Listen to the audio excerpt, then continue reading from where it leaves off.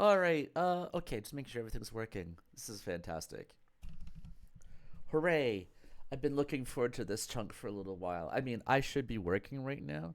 I am so behind the eight ball. I have so much to do. And yet, I'm here and I want to read this stuff.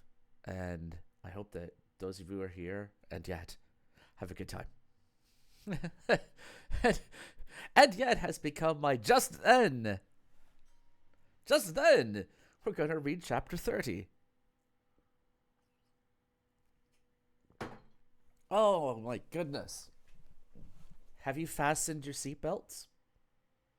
I hope you have. Because this looks like a hell, pun intended, it looks like a hell of a chapter. Well, yeah, yeah. All right, book 2, chapter 30. Chapter 30. How Epistemon, who had his head cut off, was finally healed by Panurge, and of the news which he brought from the devils, and of the damned people in hell. 30. Yes, indeed. I saw Epictus there, most gallantly apparelled after the French fashion, sitting under a pleasant arbour, with store of handsome gentlewomen, making good cheer. They look like they're having a good time.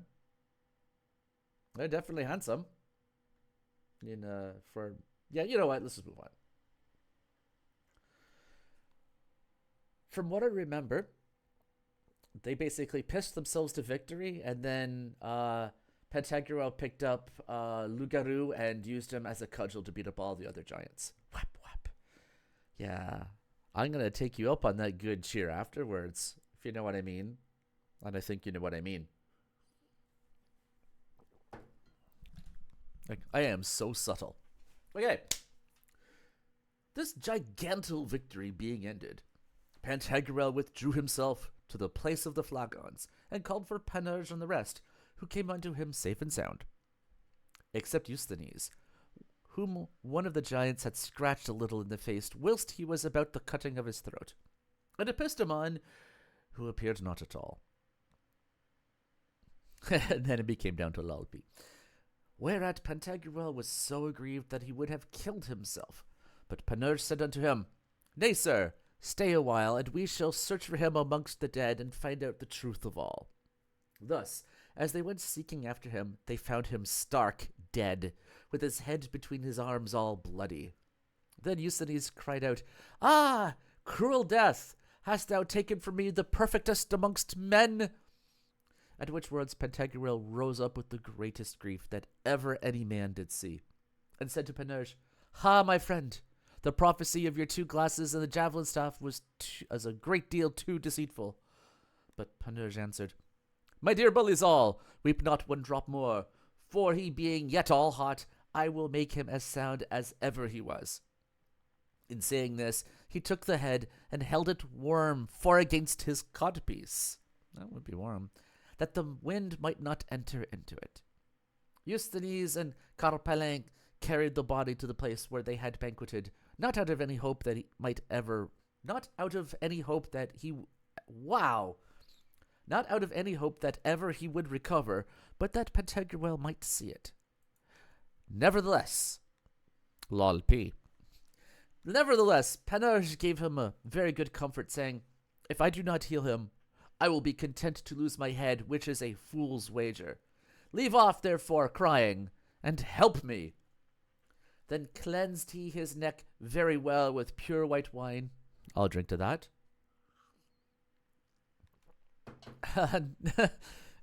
That's not quite Panurge's style. More like, anyway. Yeah. Then cleansed he his neck very well with pure white wine, and after that took his head, and into it synapized some power of Diamerdi, which he always carried about him in one of his bags.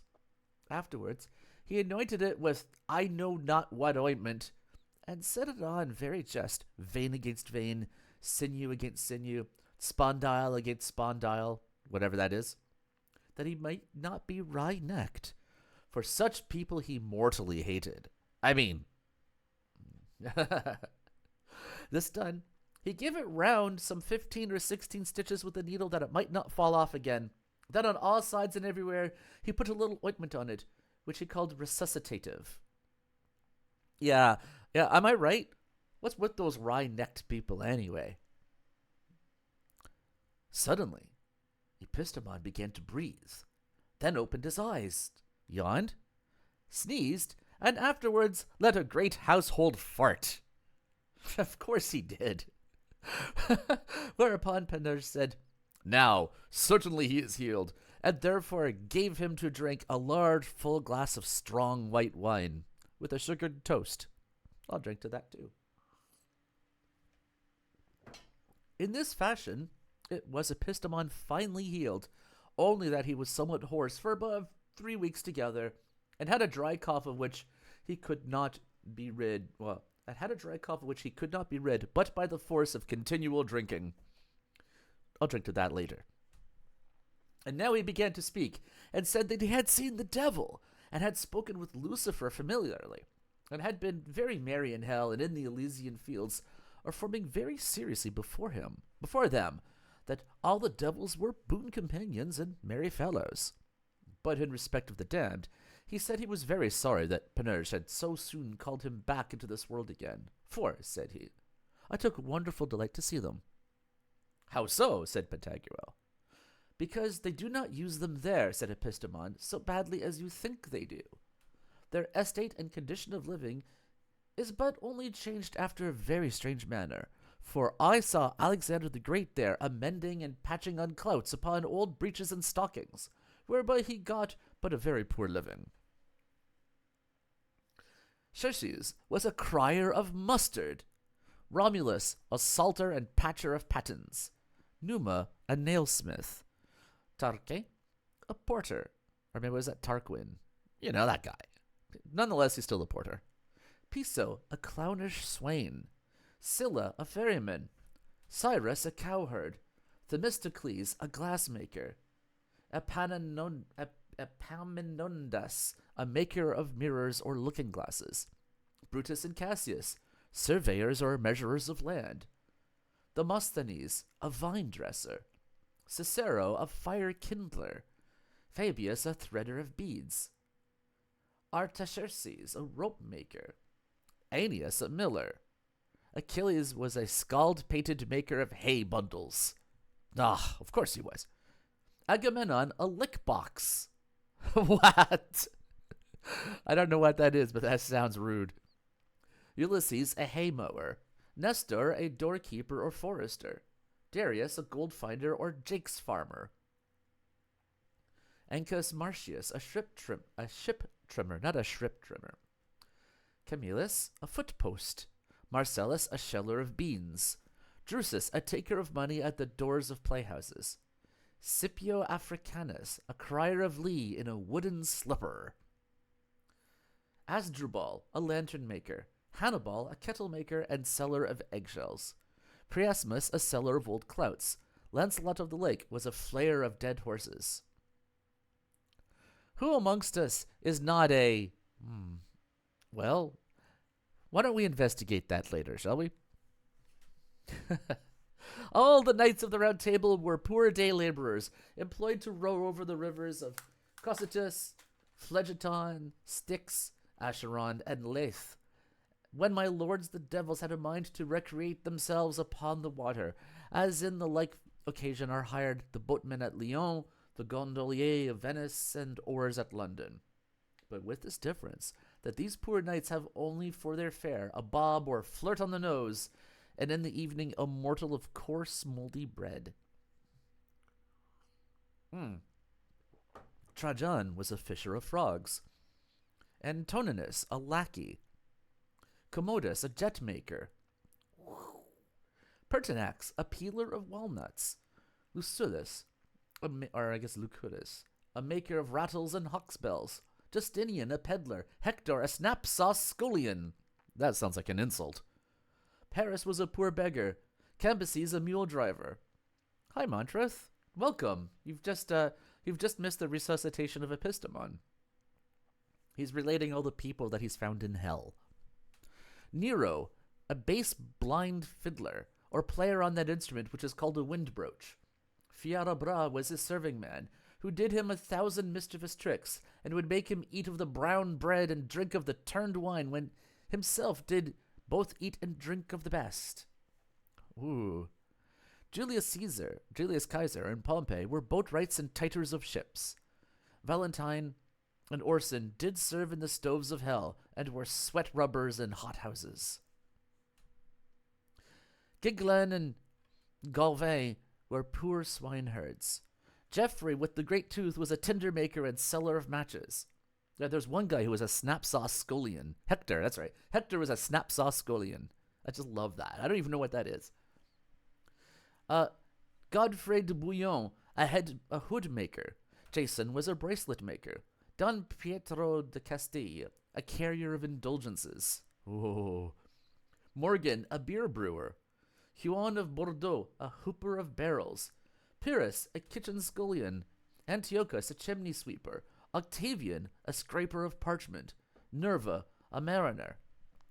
Pope Julius was a crier of pudding pies, but he left off wearing there his great buggerly beard. John of Paris was a greaser of boots. Arthur of Britain, an ungreaser of caps. Paris Forest, a carrier of faggots. Pope Boniface VIII, a scummer of pots. Pope Nicholas III, a maker of paper. Pope Alexander, a rat catcher. Pope Sixtus, an anointer of those that have the pox. What? Said Pantagruel. They have the pox there too? Surely, said Epistemon. I never saw so many. There are there, I think, above 100 millions, for believe that those who have not had the pox in this world must have it in the other. Cot's body, said Panurge. Then I am free, for I have been as far as the whole of Gibraltar, reached unto the utmost bounds of Hercules, and gathered of the ripest. Oh. I don't think he did Euclid in there, actually. I'm pretty sure he didn't. I think I would have known. But we'll have to look another time. Ogier the Dane was a furbisher of armor. The king Tigranes was a mender of thatched houses. Galien restored, a taker of mold warps. The 4 sons of Aemon were all tooth drawers. Pope Calixtus was a barber of a woman sine qua non. I think I know what he's saying there, but I don't know that I said it right. Pope Urban, a bacon picker. Melusina was a kitchen drudge wench. Mata Brune, a laundress. Cleopatra, a crier of onions. Helen, a broker for chambermaids. Semiramis, the beggar's lice killer. Dido did sell mushrooms. Penthesilea sold cresses. Lucretia was an alehouse keeper. Hortensia, a spinstress. Livia, a grater of verdigris. I love it. I'm not even going to repeat that, what you just said, but I love it. After this manner, those that had been great lords and ladies here got but a poor, scurvy, wretched living there below. And on the contrary, the philosophers and others, who in this world had been altogether indigent and wanting, were great lords there in their turn. I saw Diogenes there, strutted out most pompously, and in great magnificence, with a rich purple gown on him, and a golden scepter in his right hand. And, which is more, he would now and then make Alexander the Great mad, so enormously he would abuse him when he had not well patched his breeches, for he used to pay his skin with sound bastinadoes. Whap!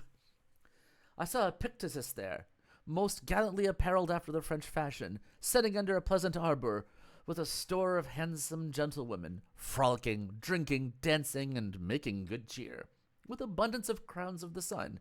Above the lattice were written these verses for his device: to leap and dance, to sport and play, and drink good wine both white and brown, or nothing else to do all day, but tell bags full of many a crown.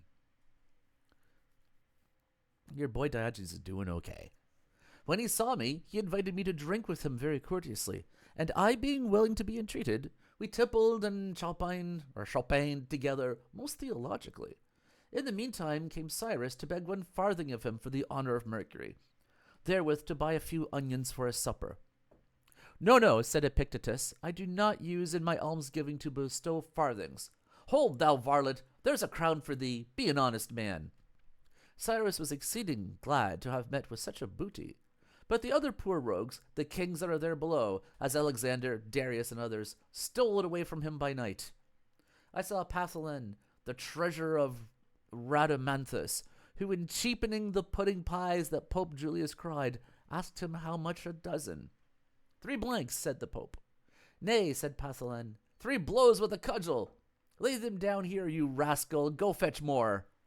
The poor Pope went away weeping, who, when he came to his master, the pie-maker, told him that they had taken away his pudding pies.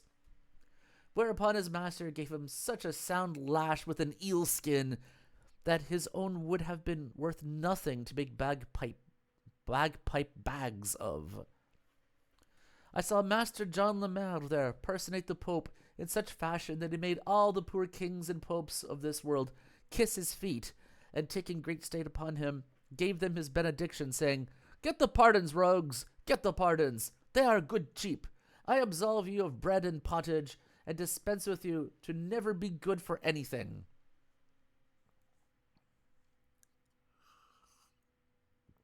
Then calling Caillet and Triboulet to him, he spoke these words, My lords the cardinals, dispatch their bulls, to wit, to each of them a blow with a cudgel upon the reins, which accordingly was forthwith performed. I heard Master Francis Villon ask Charces, How much the mess of mustard? A farthing, said Charces. To which the said Villon answered, The pox take thee for a villain. As much of a square-eared wheat is not worth half that price, and now thou offerest to enhance the price of victuals. With this he pissed in his pot, as the mustard makers of Paris used to do. I saw the trained bowman of the bathing tub, known by the name of the Francarche de Bagnolet, who, being one of the trustees of the Inquisition, when he saw Perceforest making water against a wall, in which was painted the fire of St. Anthony, declared him heretic, and would have caused him to be burnt alive, had it not been for Morgan, who, for his proficia and other small fees, gave him 9 tons of beer. It is really hard to find a good eel skin, I know. I haven't been looking. I don't know what I would do with it. I guess other than whapping the ghost of Xerxes, I suppose. Well, said Pantagruel, reserve all these fair stories for another time. Only tell us how the usurers are there handled. I saw them, said Epistemon, all very busily employed in seeking of rusty pins and old nails in the kennels of the streets, as you see poor wretched rogues do in this world.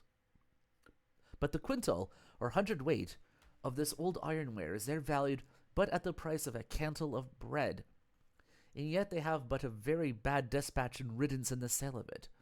Thus the poor misers are sometimes 3 whole weeks without eating one morsel or crumb of bread, and yet work both day and night, looking for the fair to come.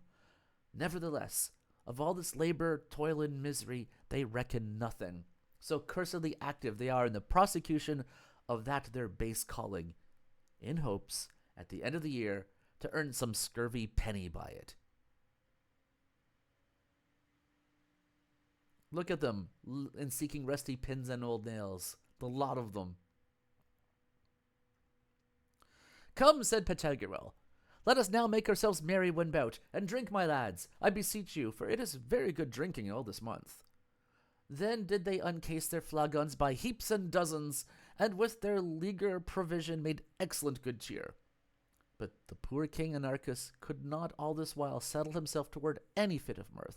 Whereupon Panurge said, Of what trade shall we make my lord the king here, that he may be skillful in the art when he goes thither to sojourn amongst all the devils of hell? Indeed, said Pantagruel, that was well advised of thee. Do with him what thou wilt, I give him to thee. Gramercy, said Panurge, the present is not to be refused, and I love it from you. It is a pretty good etching. Look how grumpy this guy is.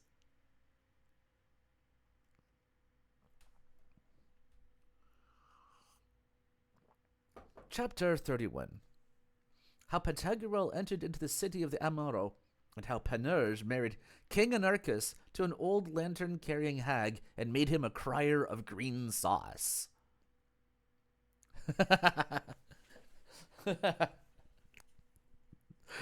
Oh yeah, I'm looking forward to Pincoin. After this wonderful victory, Pantagruel sent Carpalin into the city of Amaro to declare and signify unto them how the king Anarchus was taken prisoner and all the enemies of the city overthrown.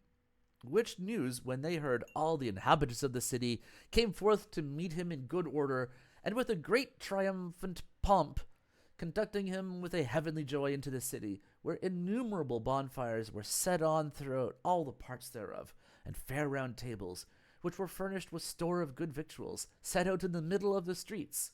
This was a renewing of the golden age in the time of Saturn. So good was the cheer which then they made. But Pantagruel, having assembled the whole senate and common councilmen of the town, said, My masters, we must now strike the iron whilst it is hot. It is therefore my will that, before we frolic it any longer, we advise how to assault and take the whole kingdom of the Dipsodes. To which effect let those that will go with me provide themselves against tomorrow after drinking, for then will I begin to march. Not that I need any more men than I have to help me conquer it, for I could make it as sure that way as if I had it already. But I see this city is so full of inhabitants that they scarce can turn in the streets. I will, therefore, carry them as a colony into Dipsody, and I will give them all that country, which is fair, wealthy, fruitful, and pleasant, above all other countries in the world, as many of you can tell who have been there heretofore. Every one of you, therefore, that will go along, let him provide himself as I have said. This counsel and resolution being published in the city, the next morning there assembled in the piazza before the palace to the number of 1,856,011, besides women and little children.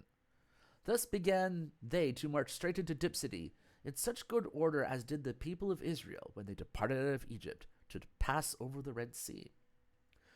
But before we proceed any further in this purpose, I will tell you how Panurge handled his prisoner, the king Anarchus, for having remembered that which Epistemon had related, how the kings and rich men in this world were used up in the Elysian fields, and how they got their living there by base and ignoble trades, he, therefore, one day apparelled his king in a pretty little canvas doublet, all jagged and pinked like the tippet of a light horseman's cap, together with a pair of large mariner's breeches, and stockings without shoes. For said he, they would but spoil his sight, and a little peach-covered bonnet with a great capon's feather in it. I lie, for I think he had two. I'm sorry.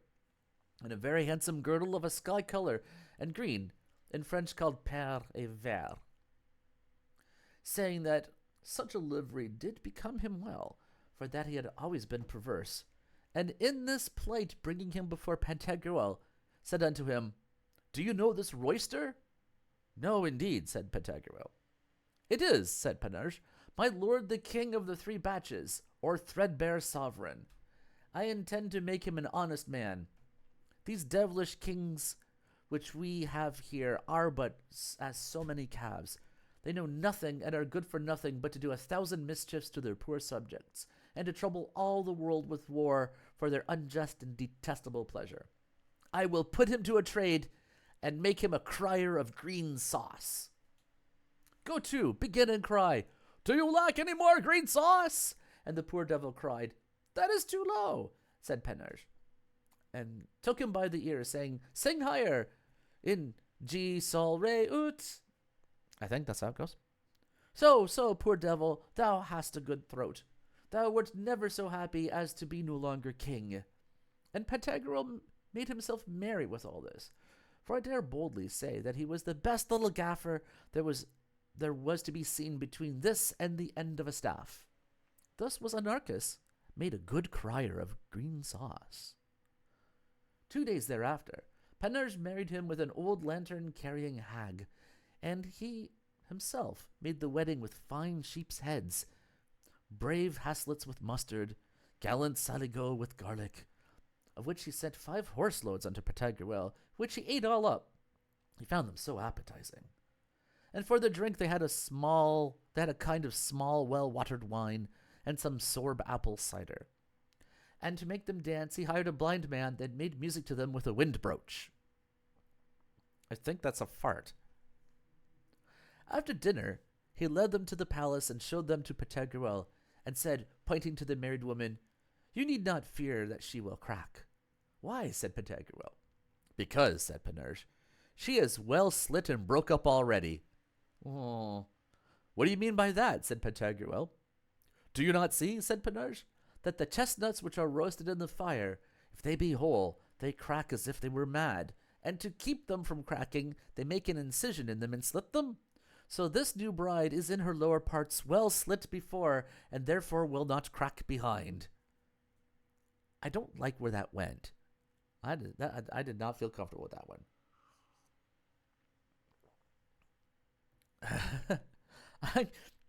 Montrose, do you want some green sauce? Would you like some green sauce? Pantagruel gave them a little lodge near the lower street, and a mortar of stone wherein to bray and pound their sauce, and in this manner did they do their little business, he being as pretty a crier of green sauce as ever was seen in the country of Utopia. But I have been told since that his wife doth beat him like a plaister, and the poor sot dare not defend himself, he is so simple.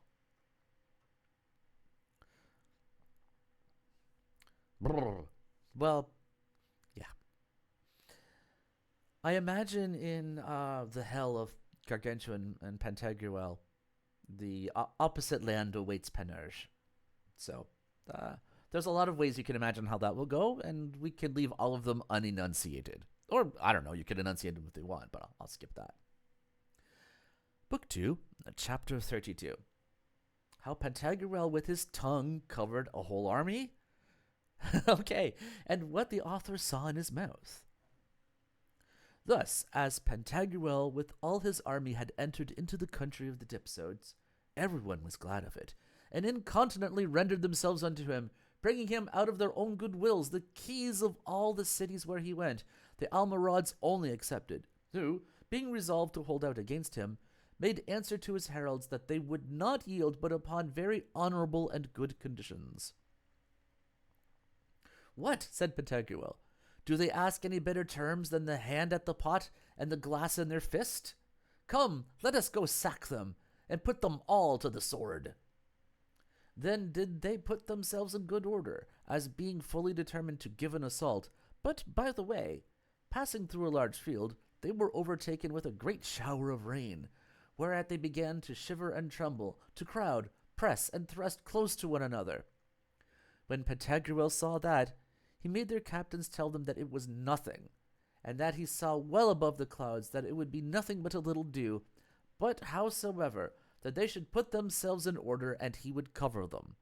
Then did they put themselves in a close order, and stood as near to each other as they could, and Pantagruel drew out his tongue only halfway, and covered them all, as a hen doth her chickens. In the meantime, I, who relate to you these so veritable stories, hid myself under a burdock leaf, which was not much less in largeness than the arch of the bridge of Monterible.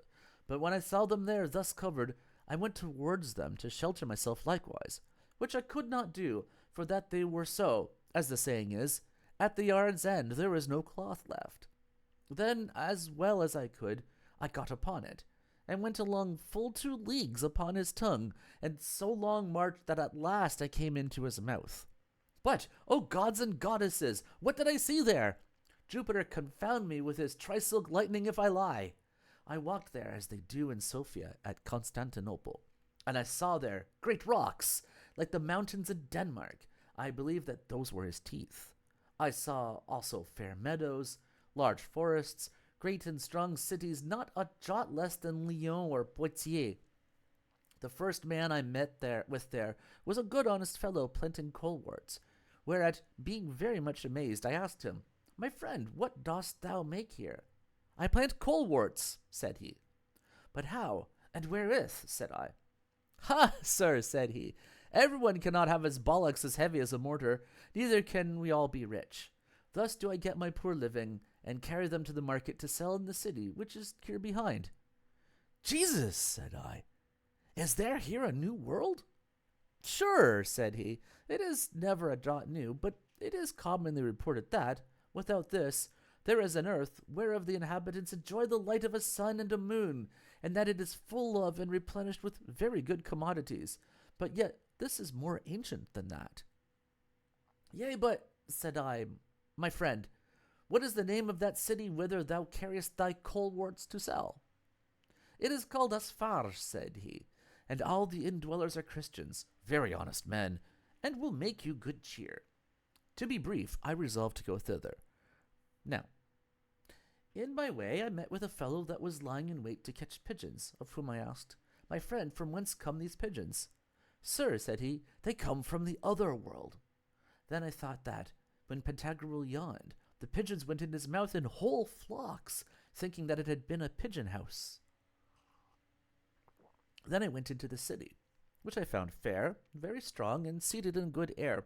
But at my entry the guard demanded of me my pass or ticket, whereat I was much astounded, and asked them, My masters, is there any danger of the plague here? O Lord, said they die hard by here so fast that the cart runs about the streets. Good God, said I, and where? Whereunto they answered that it was in Larynx and Pharynx, which are two great cities, such as Rouen and Nantes, rich and of great trading. And the cause of the plague was by a stinking and infectious exhalation which lately vapored out of the abysms, whereof there have died above 2,200,000,016 persons within this 7 night. Then I considered, calculated, and found that it was a rank and unsavory breathing which came out of Pantagruel's stomach when he did eat so much garlic, as we have aforesaid. Also, he's killing people with his garlic breath. Parting from thence, I passed among the rocks, which were his teeth, and never left walking until I got up on one of them. And there I found the pleasantest places in the world. Great large tennis courts, fair galleries, sweet meadows, store of vines, and an infinite number of banqueting summer outhouses in the fields, after the Italian fashion, full of pleasure and delight, where I stayed full 4 months, and never made better cheer in my life as then. After that I went down by the hinder teeth to come to the chaps, but in the way I was robbed by thieves in a great forest that is in the territory towards the ears. Then, after a little further travelling, I fell upon a pretty petty village, truly I have forgotten the name of it, where I was yet merrier than ever, and got some certain money to live by. Can you tell how? By sleeping. For there they hire men by the day to sleep, and they get it by 6 pence a day. But they that can snort hard get at least 9 pence.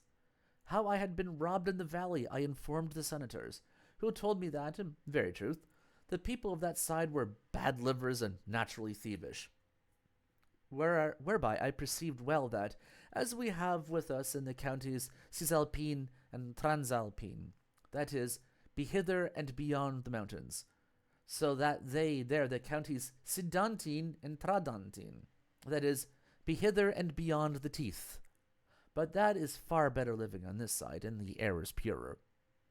Then I began to think that it is very true, which is commonly said, that the one half of the world knoweth not how the other half liveth, seeing none before myself had ever written of that country, wherein are above 25 kingdoms inhabited, besides deserts, and a great arm of the sea.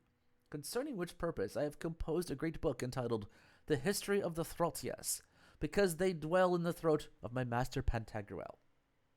At last I was willing to return, and passing by his beard I cast myself upon his shoulders, and from thence slid down to the ground, and fell before him. As soon as I was perceived by him, he asked me, Whence comest thou, Alcofriba? I answered him, Out of your mouth, my lord. And how long hast thou been there? Said he. Since the time, said I, that you went against the Almorads. That is about 6 months ago, said he. And wherewith didst thou live? What didst thou drink? I answered, My lord, of the same that you did, and of the daintiest morsels that passed through your throat I took toll. Yea, but, said he, where didst thou shite? In your throat, my lord, said I. Ha ha! Thou art a merry fellow, said he. We have, with the help of God, conquered all the lands of the Dipsodes. I will give thee the Chatelaine, or lairdship of Salmigaudet. Gramercy, my lord, said I. You gratify me beyond all that I have deserved of you. You know, I used to like the throat, but man, just the tourists are just disrespectful of it, you know?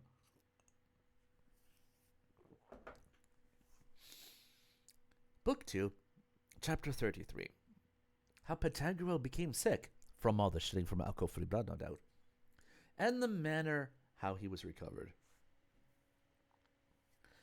A while after this, the good Pantagruel fell sick, and had such an obstruction in his stomach that he could neither eat nor drink. And because mischief seldom comes alone, a hot piss seized on him, which tormented him more than you would believe. His physicians nevertheless helped him very well, and with store of lenitives and diuretic drugs made him piss away his pain. His urine was so hot that since that time it is not yet cold, and you have of it in divers places of France, according to the course that it took, and they are called the hot baths, as at Coderet, at Limoux, at Dast, at Balleric, at Neric, at Bourbonnais, and elsewhere in Italy, at Montgros, at Apon, at Sancto Petro de Padua, at Saint Helene, at Casa Nuova, at Saint Bartholomew, in the county of Boulogne, at the Porret, and 1,000 other places.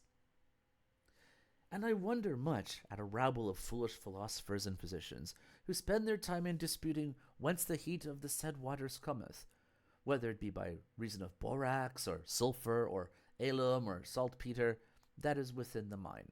For they do nothing but dote, and better were it for them to rub their arse against the thistle than to waste away their time thus in disputing of what thereof that they know not the original. For the resolution is easy. Neither need we to inquire any further than that said bass came by a hot piss of the good Pantagruel. You know, it sounds kind of like sounds like a forgotten Nine Inch Nails song, pissing away the pain.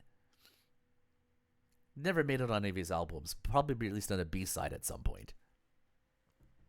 Now to tell you after what manner he was cured of his principal disease.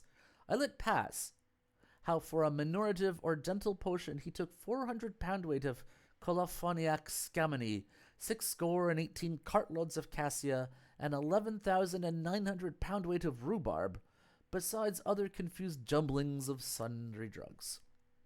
You must understand that by the advice of the physicians, it was ordained that what did offend his stomach should be taken away, and therefore they made 17 great balls of copper, each whereof was bigger than that which is to be seen on the top of St. Peter's Needle at Rome, and in such that they did open in the midst and shut with a spring.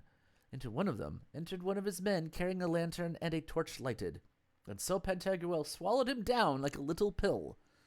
Into 7 others went 7 country fellows, having every one of them a shovel on his neck. Into 9 others entered 9 wood carriers, having each of them a basket hung on his neck, and so were they swallowed down like pills.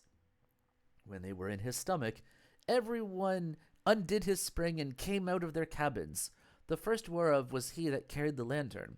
And so they fell more than half a league into a most horrible gulf, more stinking and infectious than ever there was in Mephitis, or the marshes of the Camarina, or the abominably unsavourably God, try this again. Or the abominably unsavourily I can't say this. Or the abominably unsavoury lake of Sarbona. I did it. Whereof Strabo maketh mention.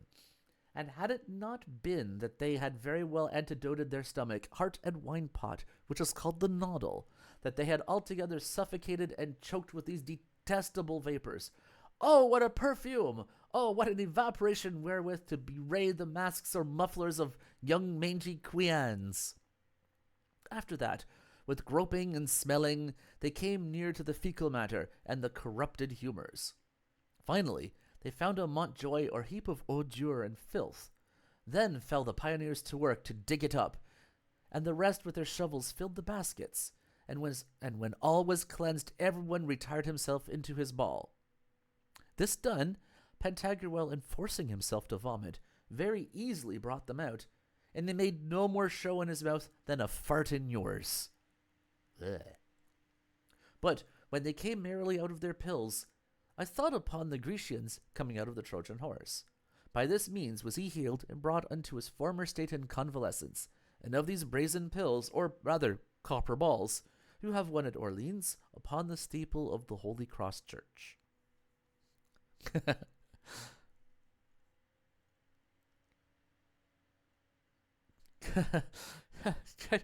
Yeah, everybody hates stomach duty. Book 2, Chapter 34. The conclusion of this present book, and the excuse of the author. Now, my masters, you have heard a beginning of the horrific history of my lord and master Pantagruel. Here I will make an end of the first book. My head aches a little, and I perceive that the registers of my brain are somewhat jumbled and disordered with this septumbral juice. And I'll drink to that. You shall have the rest of the history at Frankfort Mart next coming, and there shall you see how Panurge was married and made a cuckold within a month after his wedding. Yes! How Pantagruel found out the philosopher's stone, the manner how he found it, and the way how to use it. How he passed over the Caspian Mountains, and how he sailed through the Atlantic Sea, defeated the cannibals, and conquered the Isle of Pearls. The Isles of Pearls. How he married the daughter of the king of India called Preston. How he fought against the devil and burnt up 5 chambers of hell, ransacked the great black chamber, threw Proserpina into the fire, broke 5 teeth to Lucifer, and the horn that was in his arse. How he visited the regions of the moon to know whether indeed the moon were not entire and whole, or if the women had 3/4 of it in their heads, and 1,000 other little merriments, all veritable. These are brave things truly. Good night, gentlemen. Pardonte me, and think not so much upon my faults that you forget your own. If you say to me, master, it would seem that you were not very wise in writing to us these flim-flam stories and pleasant fooleries, I answer you that you are not much wiser to spend your time in reading them. Nevertheless, if you read them to make yourselves merry, as in the manner of pastime I wrote them, you and I both are far more worthy of pardon than a great rabble of squint-minded fellows, dissembling and counterfeit saints, demure lookers, hypocrites, pretended zealots, tough friars, buskin monks, and other such sects of men, who disguise themselves like maskers to deceive the world. For, whilst they give the common people to understand that they are busied about nothing but contemplation and devotion and fastings and maceration of their sensuality, and that only to sustain and alimент the small frailty of their humanity, it is so far otherwise that, on the contrary, God knows what cheer they make.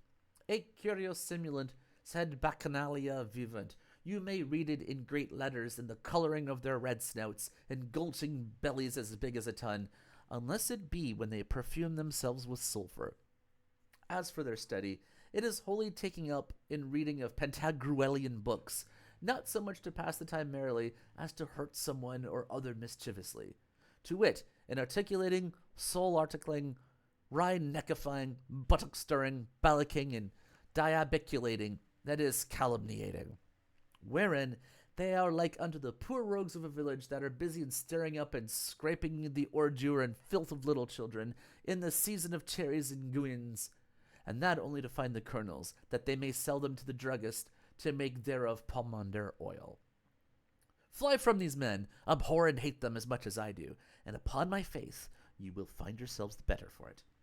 And if you desire to be good Pantagruelists, that is to say, to live in peace, joy, health, making yourselves always merry, never trust those men that always peep out at one hole. And that is the end of book 2.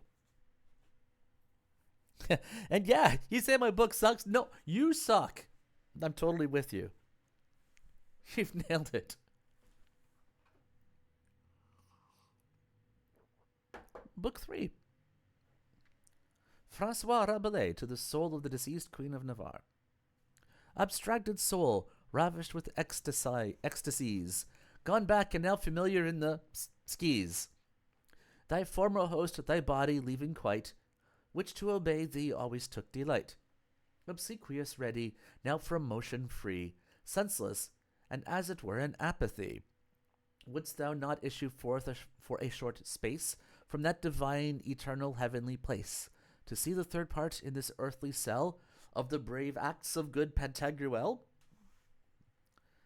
I guess I had skipped the previous prologues, but these seem to be written by the actual Pantagruel. We're going to read this one. F it. Good people, most illustrious drinkers, and you, thrice precious gouty gentlemen, did you ever see Diogenes and cynic philosopher? If you have seen him, then you had your eyes in your head, or I am very much out of my understanding and logical sense. It is a gallant thing to see the clearness of the sun, I guess wine, gold. Right?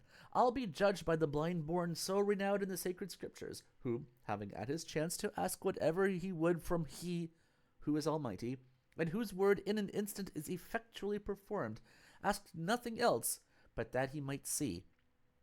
Item, you are not young, which is a competent quality for you to philosophate more than physically in wine, not in vain, and henceforth to be of the Bacchic council, to the end that, opining there, you may give your opinion faithfully of the substance, color, excellent odor, eminency, propriety, faculty, virtue, and effectual dignity of the said blessed and desired liquor. If you have not seen him, as I am easily induced to believe that you have not, at least you have heard some talk of him. For through the air and the whole extent of this hemisphere of the heavens hath his report and fame, even unto this present time, remained very memorable and renowned. Then all of you are derived from the Phrygian blood, if I be not deceived. If you have not so many crowns as Midas had, yet have you something, I know not what, of him. Of the Persians of old esteemed more of, which the Persians of old esteemed more of in all their autocusts. That was a hard sentence. And which was more desired by the Emperor Antonine, and gave occasion thereafter to the Basilico at Rohan to be surnamed Goodly Ears. If you have not heard of him, I will presently tell you a story to make your wine relish. Drink then. Okay. So to the purpose. Hearken now, whilst I give you advice, to the end that you may not, like infidels, be by your simplicity abused, that in his time he was a rare philosopher and the cheerfulest of 1,000. If he had some imperfection, so have you, so have we, for there is nothing but God that is perfect. Yet so it was that by Alexander the Great, although he had Aristotle for his instructor and domestic, was he held in such estimation that he wished, if he had not been Alexander, to have been Diogenes the Sinopian. When Philip, king of Macedon, enterprised the siege and ruin of Corinth, the Corinthians having received certain intelligence by their spies that he with a numerous army and battle rank was coming against them, were all of them, not without cause, most terribly afraid, and therefore were not neglective of their duty in doing their best endeavors to put themselves in a fit posture to resist his hostile approach and defend their own city. Some from the fields brought into the fortified places their movables, bestial, corn, wine, fruit, victuals, and other necessary provision. Others did fortify and rampire their walls, set up little fortresses, bastions, squared Rabelais, digged trenches, cleansed countermines, fenced themselves with gabions, contrived platforms, emptied casemates, barricaded the false braes, erected the cavaliers, repaired the counterscarps, plastered the curtains, lengthened ravelins, stopped parapets, mortised barbicans, assured the portcullises, fastened the hearses, saraceniquesses and cataracts, placed their sentries and doubled their patrol. Everyone did watch and ward, and not one was exempted from carrying the basket.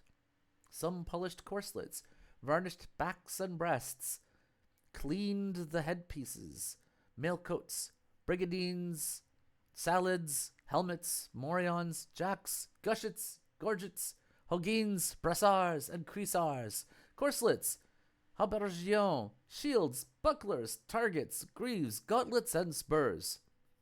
Others made ready bows, slings, crossbows, pellets, catapults, migraines or fireballs, firebrands, ballasts, scorpions, and other such warlike engines expugnatory and destructive to the Helepolides. They sharpened and prepared spears, staves, spikes, brown bills, halberds, long hooks, lances, zagays, quarterstaves, eel spears, partisans, trout staves, clubs, battle axes, maces, darts, dartlets, glaives, javelins, javelots, and truncheons. They set edges upon scimitars, cutlasses, battle-airs, back-swords, tucks, rapiers, bayonets, arrowheads, dags, daggers, mandusiens, poniards, whinyards, knives, skeins, shables, chipping knives, and railons. Every man exercised his weapon. Every man scoured off the rust from his natural hanger. Nor was there a woman amongst them, though never so reserved or old, who made not her harness to be well furbished. As you know, the Corinthian women of old were reputed very courageous combatants. Diogenes, seeing them all so warm at work, and himself not employed by the magistrates in any business whatsoever, he did very seriously, for many days together, without speaking one word, consider and contemplate the countenance of his fellow citizens. Then on a sudden, as if he had been roused up and inspired by a martial spirit, he girded his cloak scarf-wise about his left arm, tucked up his sleeves to the elbow, trussed himself like a clown gathering apples, and giving to one of his old acquaintances his wallet, books, and opistographs, away he went out of town toward a little hill or promontory of Corinth, called the Crani. And there on the strand, a pretty level place, did he roll his jolly tub, which served him for a house to shelter him from the injuries of the weather there. There, I say in great vehemency of spirit, did he turn it, veer it, wheel it, whirl it, frisk it, jumble it, shuffle it, huddle it, tumble it, hurry it, jolt it, justle it, overthrow it, evert it, invert it, subvert it, overturn it, beat it, thwack it, bump it, batter it, knock it, thrust it, push it, jerk it, shock it, shake it, toss it, throw it, overthrow it, upside down, topsy-turvy, antsy-turvy, tread it, trample it, stamp it, tap it, ting it, ring it, tingle it, towel it, sound it, resound it, stop it, shut it, unbung it, close it, unstopple it, and then again, in a mighty bustle, he bandied it, slubbered it, hacked it, whittled it, weighed it, darted it, hurled it, staggered it, reeled it, swinged it, brangled it, tottered it, lifted it, heaved it, transformed it, transfigured it, transposed it, transplaced it, reared it, raised it, hoised it, washed it, dated it, cleansed it, rinsed it, nailed it, settled it, fastened it, shackled it, fettered it, leveled it, blocked it, tugged it, tewed it, carried it, bedashed it, berayed it, parched it, mounted it, broached it, nicked it, notched it, bespattered it, decked it, adorned it, trimmed it, garnished it, gauged it, furnished it, bored it, pierced it, trapped it, rumbled it, slid it down the hill, and precipitated it from the very height of the cranny. Then from the foot to the top, like another Sisyphus with a stone, bore it up again, and every way so banged it and belabored it that it was 10,000 to 1 had he not struck the bottom of it out. I saw some chat going in my peripheral vision, but I didn't want to lose my place because of all that ridiculous list I just went through. Here is every single verb you can possibly do on an object.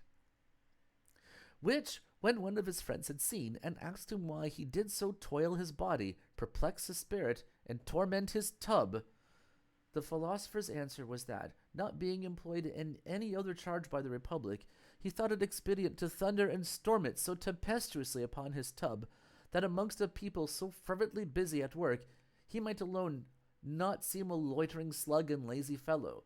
To the same purpose may I say of myself, though I be free of fear, I am not void of care. I'm trying to make care rhyme with fear, as something's going to bend. All right.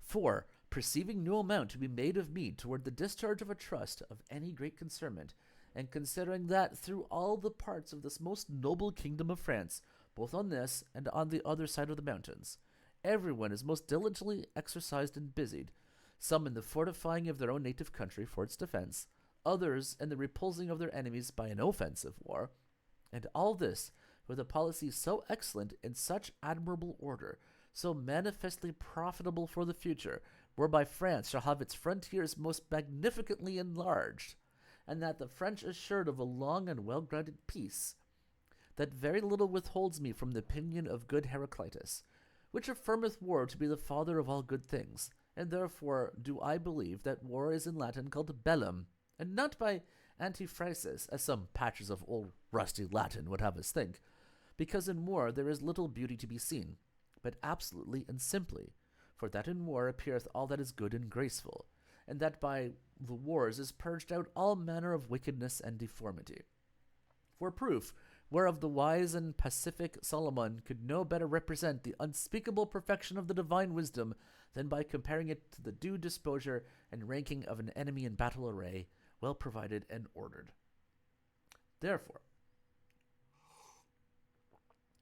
by reason of my weakness and inability, being reputed by my compatriots unfit for the offensive part of warfare, and on the other side, being no way employed in the manner of the defensive, although it had been but to carry burthens, fill ditches, or break clods, either whereof had been to me indifferent, I held it not a little disgraceful to be only an idle spectator of so many valorous, eloquent, and warlike persons, who in the view and sight of all Europe act this notable interlude or tragic comedy, and not to make some effort toward the performance of this, nothing at all remains for me to be done, and not to exert myself and contribute thereunto this nothing, my all, which remained for me to do.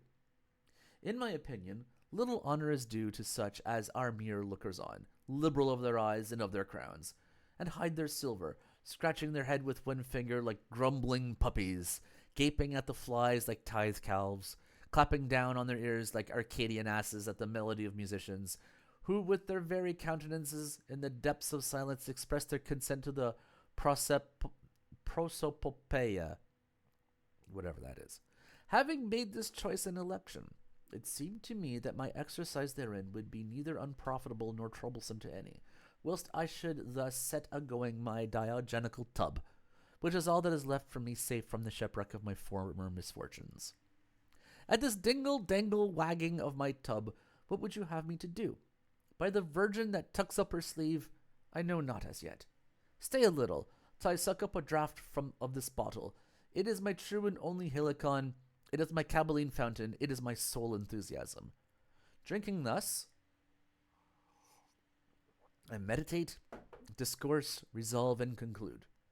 After that, the epilogue is made. I laugh, I write, I compose, and drink again. Envious drinking wrote, and writing drank.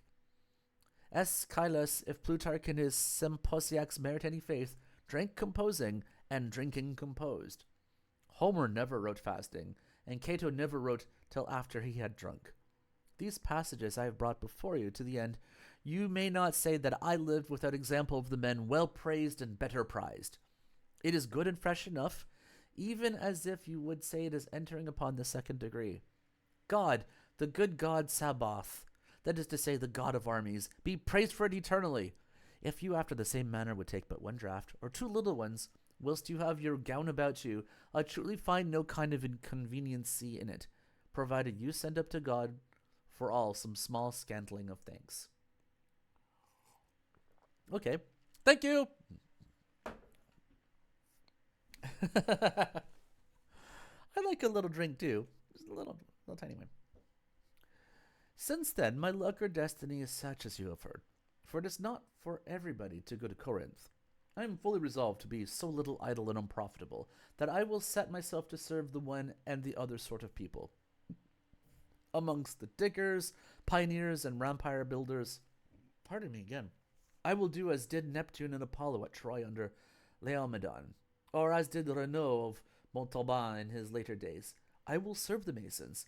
I'll set on the pot to boil for the bricklayers, and whilst the minced meat is making ready at the sound of my small pipe, I'll measure the muzzle of the musing dotards. Thus did Amphion with the melody of his harp found, build, and finish the great and renowned city of Thebes. For the use of the warriors I am about to broach of new my barrel to give them a taste, which by 2 former volumes of mine, if by the deceitfulness and falsehood of printers they had not been jumbled, marred, and spoiled, you would have very well relished. Draw unto them, of the growth of our own chirpery pastimes, a gallant 3rd part of a gallon, and consequently a jolly cheerful quart of the Pantagruelic sentences, which you may lawfully call, if you please, diogenical, and shall have me, seeing I cannot be their fellow soldier, for their faithful butler, refreshing and cheering, according to my little power, their return from the alarms of the enemy, as also for an indefatigable extoller of their martial exploits and glorious achievements. I shall not fail therein, par la patiam acutum de Dieu. If Mars fail me not in Lent, which the cunning lecher, I warrant you, will be loth to do. I remember, nevertheless, to have read all that Ptolemy, the son of Lagus, one day, amongst the many spoils and booties which by his victories he had acquired, presenting to the Egyptians, in the open view of the people, a Bactrian camel all black, a party-colored slave, in such sort as the one half of his body was black and the other white, not in partition of breadth by the diaphragma, as was that woman consecrated to the Indian Venus, whom the Tyanean philosopher did see between the river Hydaspes and the Mount Caucasus, but in a perpendicular dimension of altitude, which were things never before that seen in Egypt. He expected by the show of these novelties to win the love of the people. But what happened thereupon?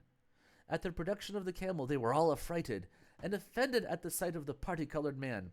Some scoffed at him as a detestable monster, brought forth by the error of nature. In a word, of the hope which he had to please these Egyptians, and by such means to increase the affection which they naturally bore him. He was altogether frustrate and disappointed, understanding fully by their deportments that they took more pleasure and delight in things that were proper, handsome, and perfect, than in misshapen, monstrous, and ridiculous creatures. Since which time he had both the slave and the camel in such dislike that shortly thereafter, either through negligence or for want of ordinary substance, they did exchange their life with death. Well, that's unfortunate. This example putteth me in a suspense between hope and fear, misdoubting that, for the contentment which I aim at, I will but reap what shall be most distasteful to me. My cake will be dough, and for my Venus I will have but some deformed puppy.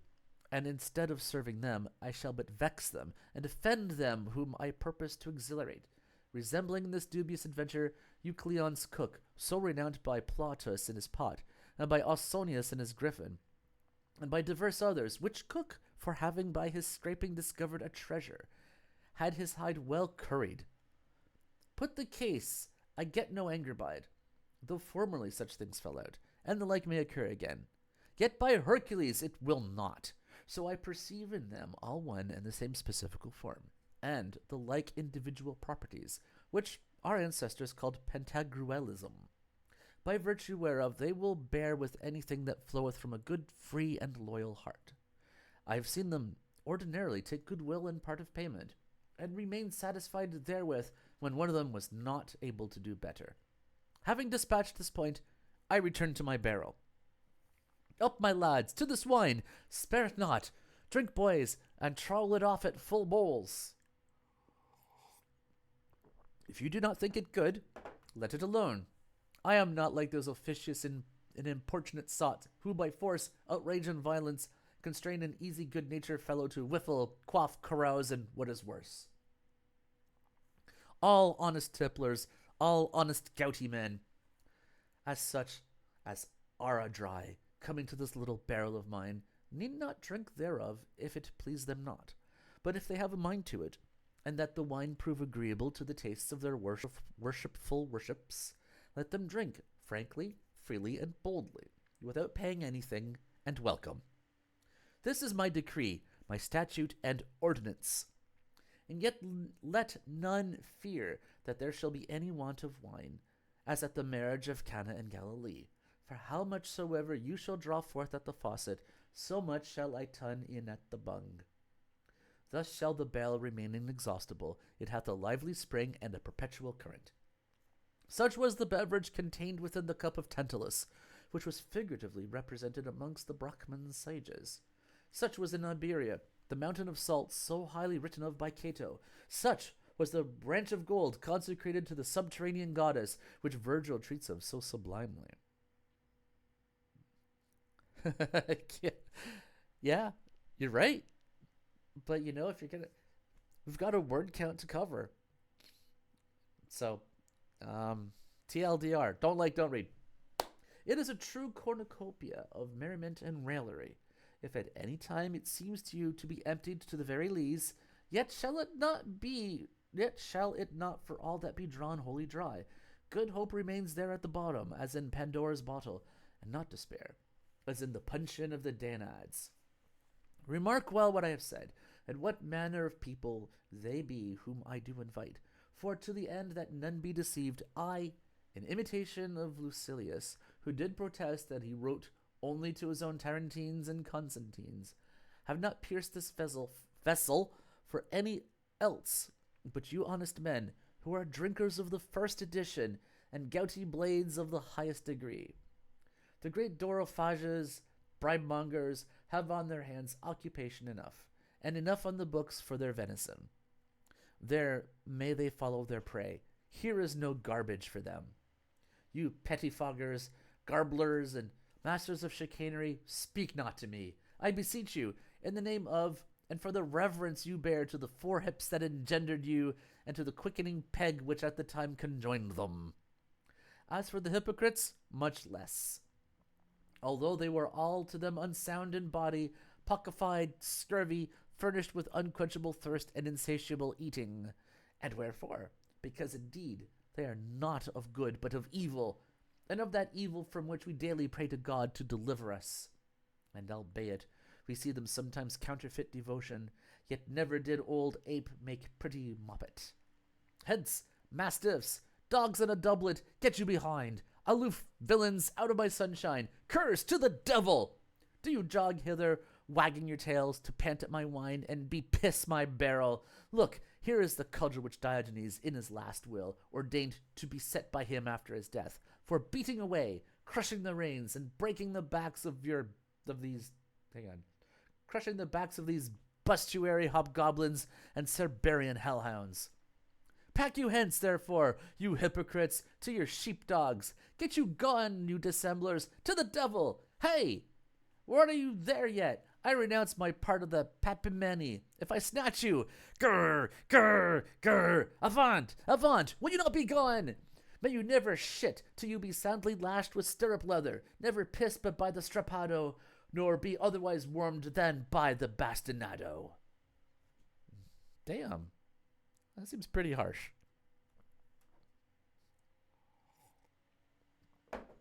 The third book. I feel like I need to steal that for something. May you never piss till you are whipped. May you never shit till you're beat with a blunt stick. Chapter 1. He's actually saying you don't even have to pay it. You don't have to even buy the book. Just enjoy it.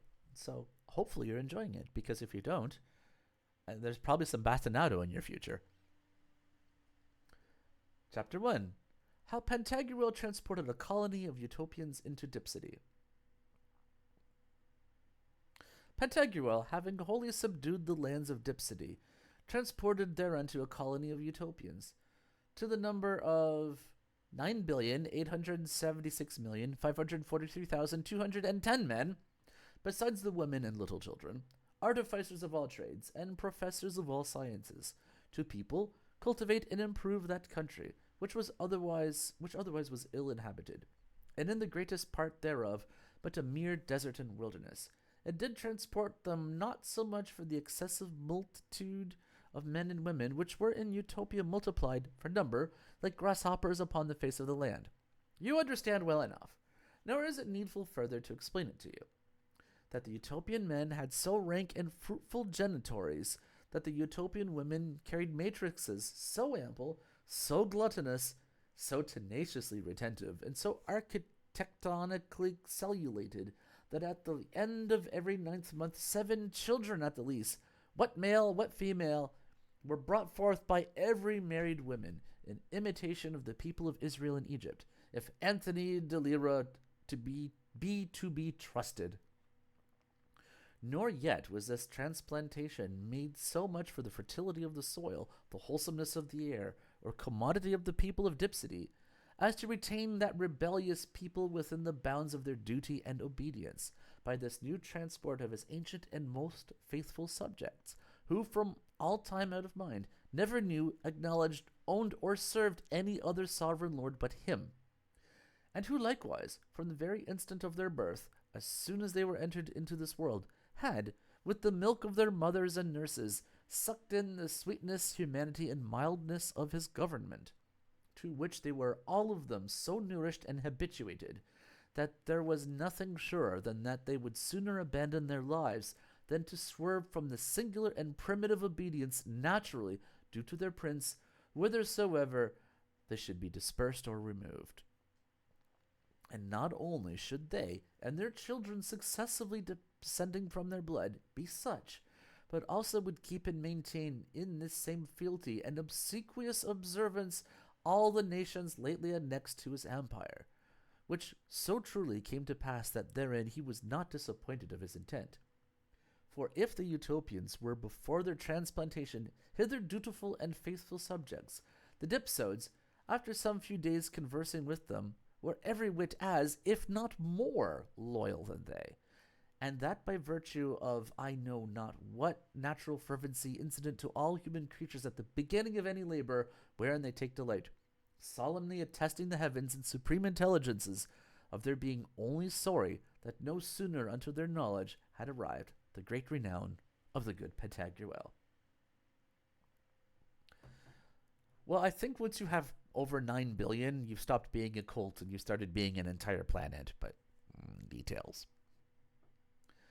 Remark, therefore, honest drinkers, that the manner of preserving and retaining countries newly conquered in obedience is not, as hath been the erroneous opinion of some tyrannical spirits to their own detriment and dishonor, to pillage, plunder, force, spoil, trouble, oppress, vex, disquiet, ruin, and destroy the people, ruling and governing and keeping them in awe with rods of iron, and, in a word, eating and devouring them, after the fashion that Homer calls an unjust and wicked king. Demoboron, that is to say, a devourer of his people.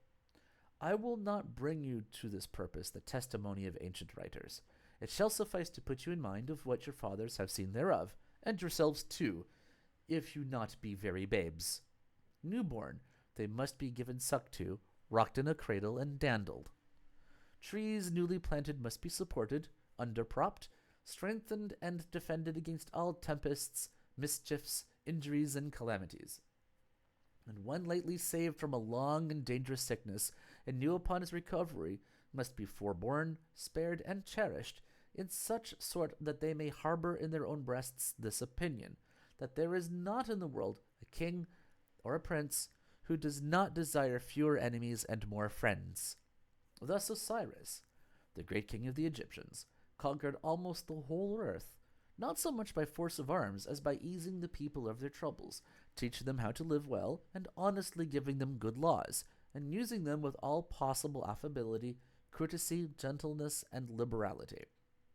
Therefore was he, by all men, deservedly entitled the great king Euergetes, that is to say, benefactor, which style he obtained by virtue of the command of Jupiter to one Pamela.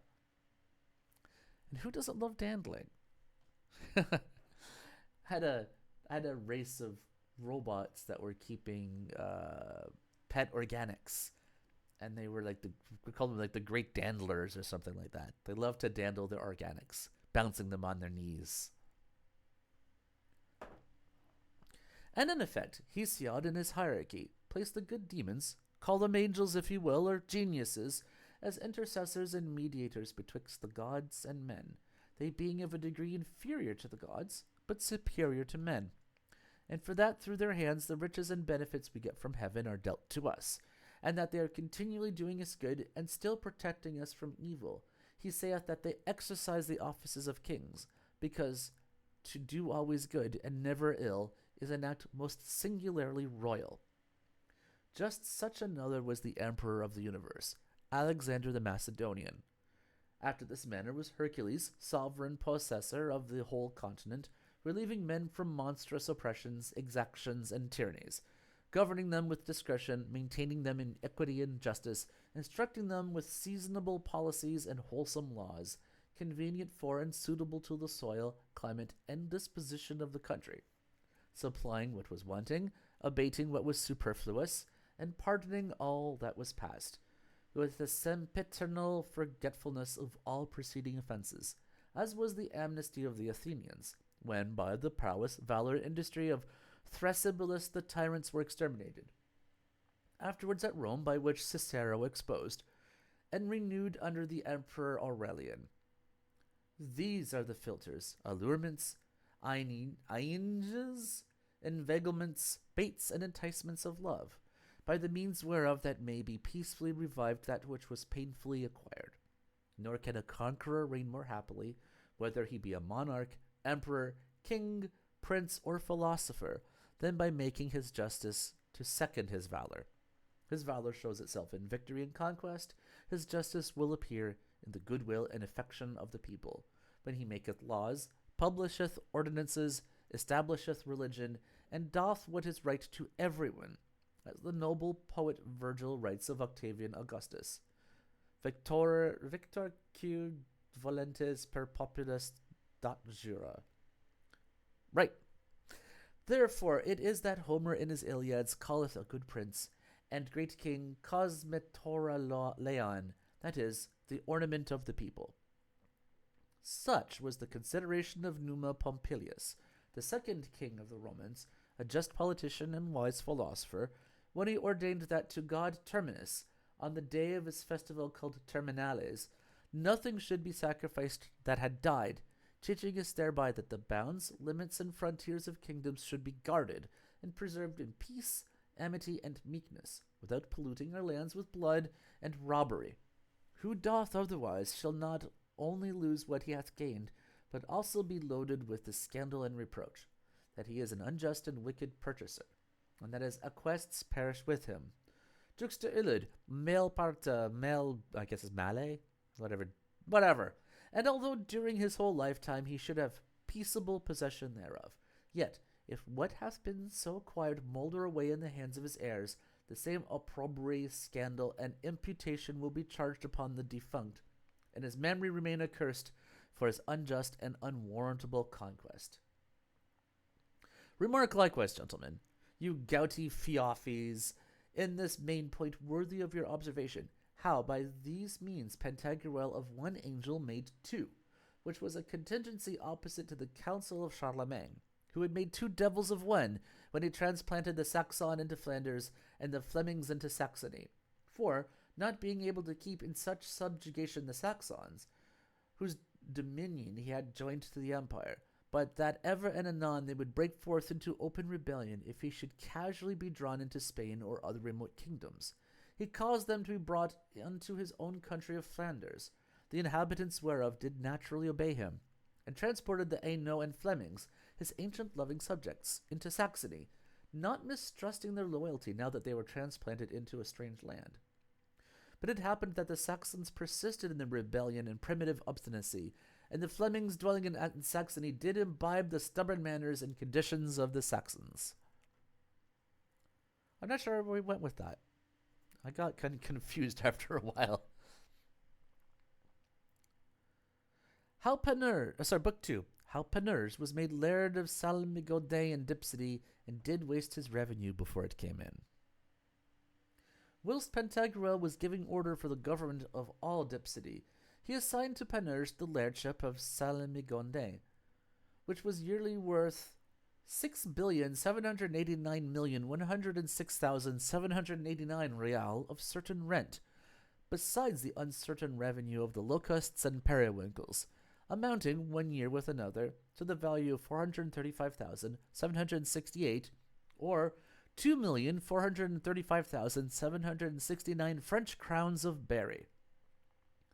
Sometimes it did amount to 1,230,554,321 seraphs, when it was a good year, and that locusts and periwinkles were in request, but that was not every year.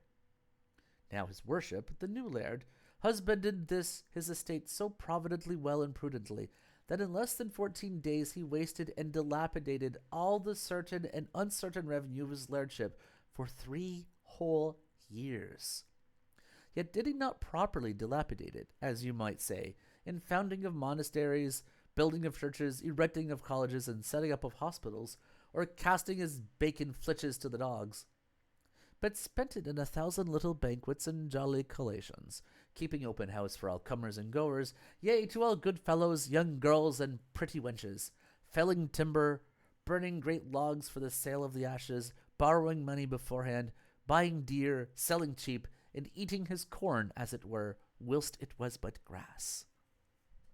Pantagruel, being advised of this his lavishness, was in good sooth no way offended at the matter, angry nor sorry, for I once told you, and again tell it you, that he was the best little great goodman that ever girded a sword to his side. He took all things in good part, and interpreted every action to the best sense. He never vexed nor disquieted himself with the least pretence of dislike to anything, because he knew that he must have grossly abandoned the divine mention of reason if he had permitted his mind to be never so little grieved, afflicted, or altered at any occasion whatsoever. For all the goods that the heaven covereth, and that the earth containeth, in all their dimensions of height, depth, breadth, and length, are not of so much worth as that we should for them disturb or disorder our affections, trouble, or perplex our senses or spirits. He drew only Panurge aside, and then, making to him a sweet remonstrance and mild admonition, very gently represented before him in strong arguments that, if he should continue in such an unthrifty course of living, and not become a better Messagnier, it would prove altogether impossible for him, or at least hugely difficult, at any time to make him rich. "Rich!" answered Panurge. "Have you fixed your thoughts there? Have you undertaken the task to enrich me in this world? Set your mind to live merrily, in the name of God and good folks. Let no other cark nor care be harbored within the sacro-sanctified domicile of your celestial brain. May the calmness and tranquillity thereof be never accommodated with, or overshadowed by, any frowning clouds of sullen imaginations and displeasing annoyance. For if you live joyful, merry, jocund, and glad, I cannot be but rich enough." Everybody cries up thrift, and good husbandry, but many speak of Robin Hood, that never shot in his bow, and talk of that virtue of Messagnery, who know not what belongs to it. It is by me that they must be advised. From me, therefore, take this advertisement and information, then that what is imputed to me for a vice hath been done in imitation of the University and Parliament of Paris, places in which it is to be found the true spring and source of the lively idea of pantheology and all manner of justice. Let him be counted a heretic that doubteth thereof, and doth not firmly believe it. Yet they in one day eat up their bishop, or the revenue of the bishopric. Is it not all one? For a whole year, yea, sometimes for 2. This is done on the day he makes his entry and is installed. Nor is there any place for an excuse, for he cannot avoid it, unless he would be hooted at and stoned for his parsimony. It hath been also esteemed an act flowing from the habit of the 4 cardinal virtues, of prudence in borrowing money beforehand, for none knows what may fall out. Who is able to tell if the world shall last yet 3 years? But although it should continue longer, is there any man so foolish as to have the confidence to promise himself 3 years? What fool so confident to say that he shall live another day? of commutative justice in buying dear, I say upon trust, in selling goods cheap, that is, for ready money. What says Cato in his book of husbandry to this purpose? The father of a family, says he, must be a perpetual seller, by which means it is impossible that at last he shall become rich, if he have of vendible ware enough still ready for sale. Of distributive justice it doth partake in giving good entertainment to good, remark good, and gentle fellows whom fortune hath shipwrecked, like Ulysses, upon the rock of a hungry stomach without provision of sustenance, and likewise to the good, remark the good, and young wenches. For according to the sentence of Hippocrates, youth is impatient of hunger, chiefly if it be vigorous, lively, frolic, brisk, stirring, and bouncing, which wanton lasses willingly and heartily devote themselves to the pleasure of honest men, and are in so far both Platonic and Ciceronian, that they do acknowledge their being born into this world, not to be for themselves alone, but that in their proper persons their acquaintance may claim one share, and their friends another. We'll get to Pantagruel in time, I'm sure. The virtue of fortitude appears therein by the cutting down and overthrowing of the great trees, like a second Milo making havoc of the dark forest, which did serve only to furnish dens, caves, and shelters to wolves, wild boars, and foxes, and afford receptacles, withdrawing corners, and refuges, to robbers, thieves, and murderers, lurking holes and skulking places for cutthroat assassinators, secret obscure shops for coiners of false money, and safe retreats for heretics, laying them even and level with the plain champaign fields and pleasant heathy ground, at the sound of the hautboys and bagpipes playing reeks with the high and stately timber, and preparing seats and benches for the eve of the dreadful day of judgment. I gave thereby proof of my temperance in eating my corn whilst it was but grass, like a hermit feeding upon salads and roots, that, so affranchising myself from the yoke of sensual appetites to the utter disclaiming of their sovereignty, I might the better reserve somewhat in store for the relief of the lame, blind, crippled, maimed, needy, poor, and wanting wretches. In taking this course, I save the expense of the weed grubbers, who gain money, of the reapers in harvest time, who drink lustily and without water, of gleaners, who will expect their cakes and bannocks, of threshers, who leave no garlic, scallions, leeks, nor onions in our gardens, by the authority of Thestylus and Virgil, and of the millers, who are generally thieves, and of the bakers, who are little better. Is this small saving or frugality, besides the mischief and damage of the field mice, and the decay of barns, and the destruction usually made by weasels and other vermin? Of corn in the blade you may make good green sauce of a light concoction and easy digestion, which recreates the brain and exhilarates the animal spirits, rejoiceth the sight, openeth the appetite, delighteth the taste, comforteth the heart, tickleth the tongue, cheereth the countenance, and striking a fresh and lively color, strengthening the muscles, tempers the blood, disburdens the midriff, refresheth the liver, disobstructs the spleen, easeth the kidneys, suppleth the reins, quickens the joints of the back, cleanseth the urine conduits, dilates the spermatic vessels, shortens the cremasters, purgeth the bladder, puffeth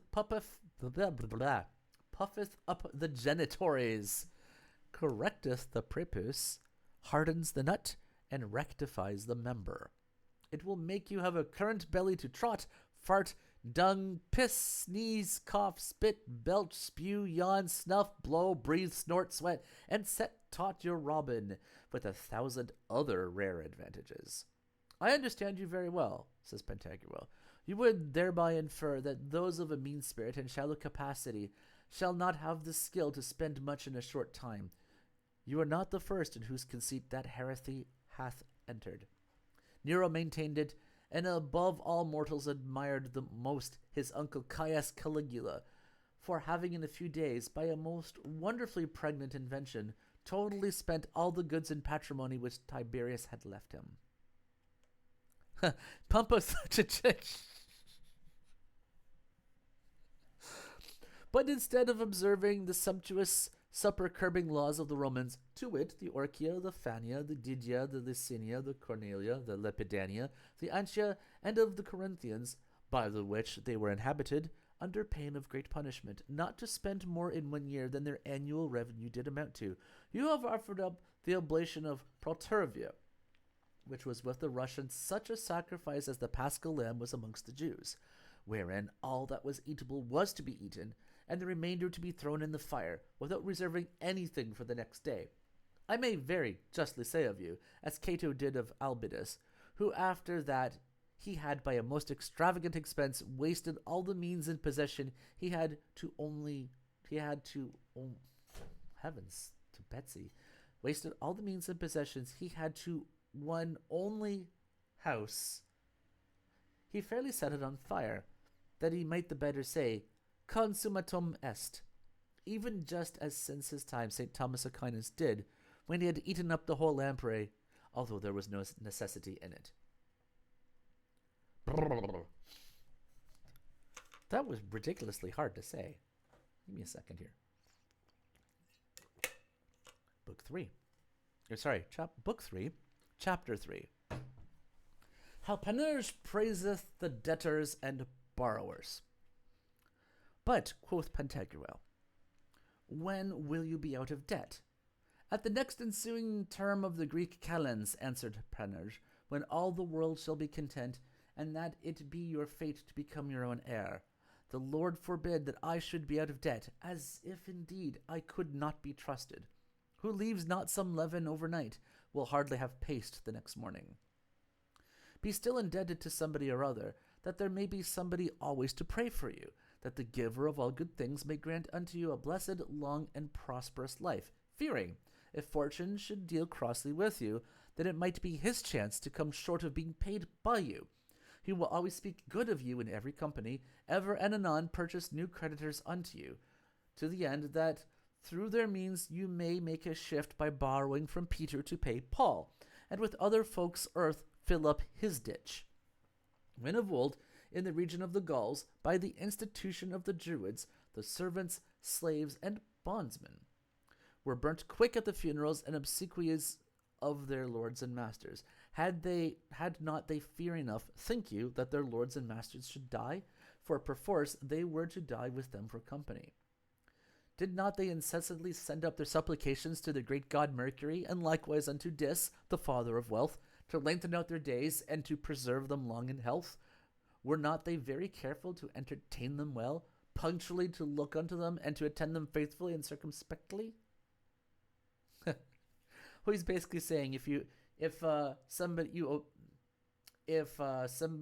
somebody money, that person wants to keep you alive. For by those means were they to live together until the hour of death. Believe me, your creditors with a more fervent devotion will beseech Almighty God to prolong your life, they being of nothing more afraid than that you should die, for that they are more concerned for the sleeve than the arm, and love silver better than their own lives. As it evidently appeareth by the usurers of Landarus, who not long since hanged themselves because the price of the corn and wines was fallen by the return of a gracious season. To this, Pantagruel answering nothing, Panurge went on in his discourse, saying, Truly, and in good sooth, sir, when I ponder my destiny aright, and think well upon it, you will put me shrewdly to my plunges, and have me at a bay in twitting me with the reproach of my debt and creditors. And yet did I, in this only respecting consideration of being a debtor, esteem myself worshipful, reverent, and formidable. For against the opinion of most philosophers, that of nothing ariseth nothing. Yet having bottomed on so much that which is called first matter, did I out of nothing become such a maker and creator, that I have created what? A gay number of fair and jolly creditors.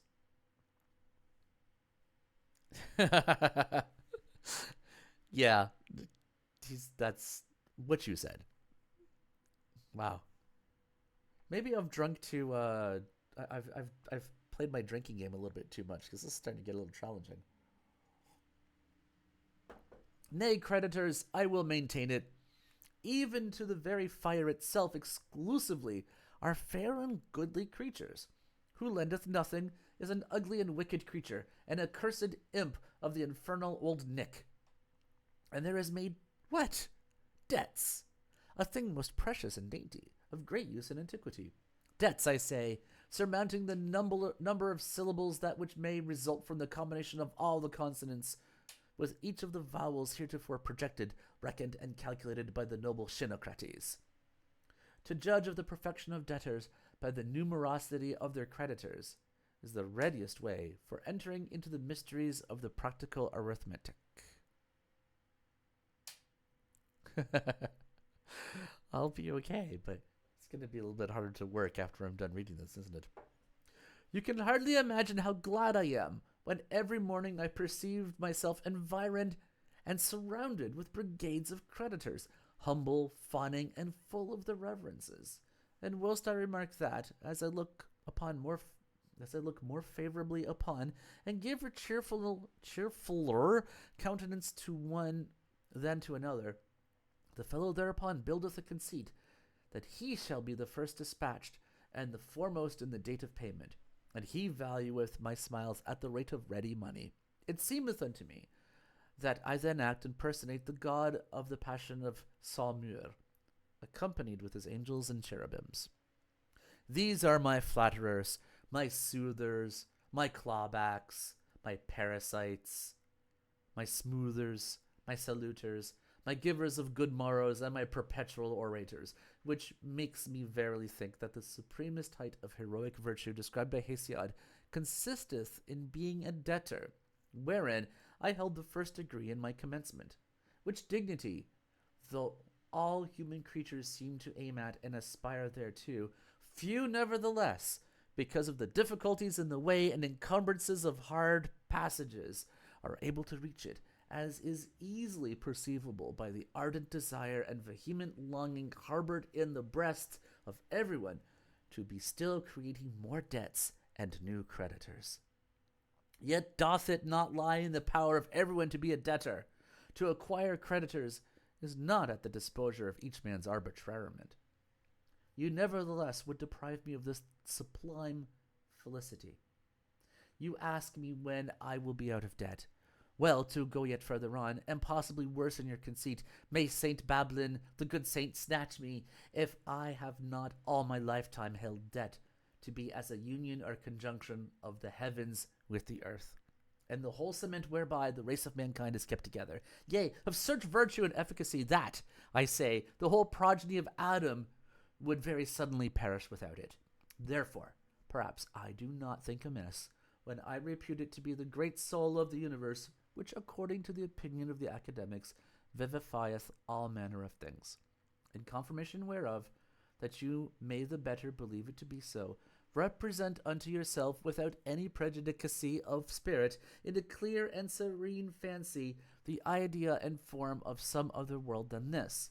Take, if you please, and lay hold on the 30th of those which the philosopher Metrodorus did enumerate, when it is to be supposed that there is no debtor or creditor, that is to say, a world without debt. Yeah. Who is basically, he's gone on to say he's just like borrowed from one guy to pay off another guy. So, we have already established that Panurge is a scoundrel.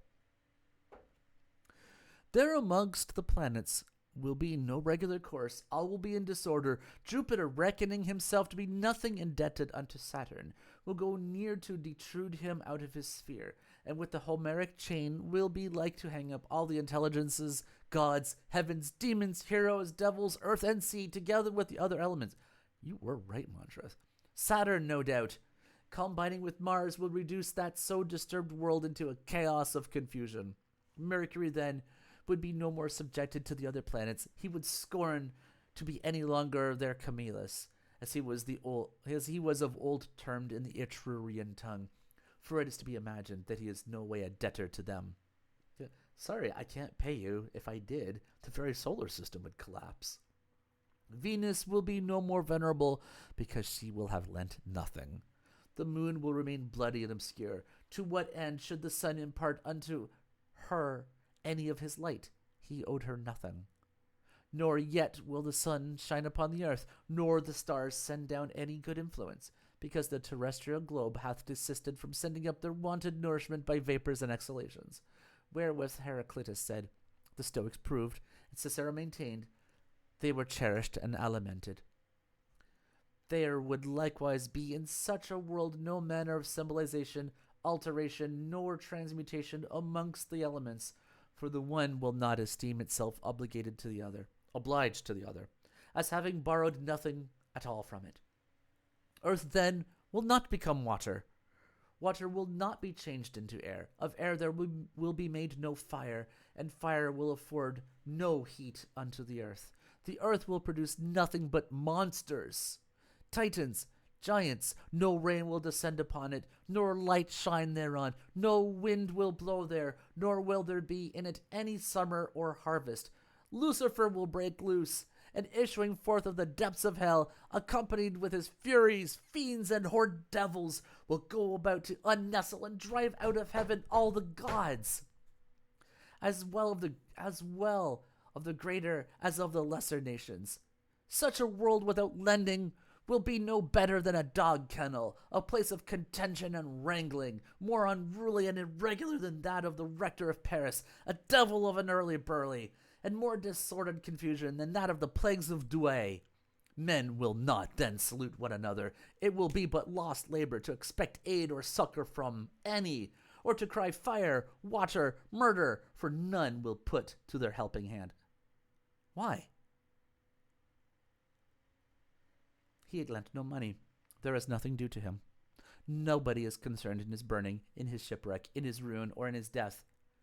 And that because he hitherto had lent nothing, and would never thereafter have lent anything. In short, faith, hope, and charity would be quite banished from such a world, for men are born to relieve and assist one another, and in their stead should succeed and be introduced defiance, disdain, and rancor, with the most execrable troop of all evils, all imprecations, and all miseries. Whereupon you will think, and that not amiss, that Pandora had there spilt her unlucky bottle. Men unto men will be wolves, hob-thrushes, and goblins, as were Lacayan, Bellerophon, Nebuchadnezzar, plunderers, highway robbers, cutthroats, rapparees, murderers, poisoners, assassinators, lewd, wicked, malevolent, pernicious haters, set against everybody, like to Ishmael, Metabus, or Timon the Athenian, who for that cause was also named Misanthropos, in such sort that it would prove much more easy in nature to have fish entertained in the air and bullocks fed in the bottom of the ocean than to support or tolerate a rascally rabble of people that will not lend. These fellows, I vow, do I hate with a perfect hatred, and if, conform to the pattern of this grievous, peevish, and perverse world which lendeth nothing, you figure and liken the little world, which is man, you will find in him a terrible justling coil and clutter. The head will not lend the sight of his eyes to guide the feet and hands. The legs will refuse to bear up the body. The hands will leave off working any more for the rest of the members. The heart will be weary of its continual motion for the beating of the pulse, and will no longer lend his assistance. The lungs will withdraw the use of their bellows. The liver will desist from convoying any more blood through the veins for the good of the whole. The bladder will not be indebted to the kidneys, so that the urine thereby will be totally stopped. The brains, in the interim, considering this unnatural course, will fall into a raving dotage, and withhold all feeling from the sinews and motion from the muscles. Briefly, in such a world without order and array, owing nothing, lending nothing, and borrowing nothing, you would see a more dangerous conspiration than that which Aesop exposed in his apologue. Such a world will perish undoubtedly, and not only perish, but perish very quickly. Were it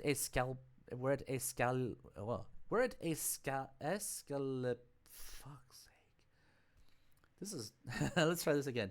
Were it Asclepius himself, his body would immediately rot, and the chafing soul, full of indignation, take its flight to all the devils of hell after my money.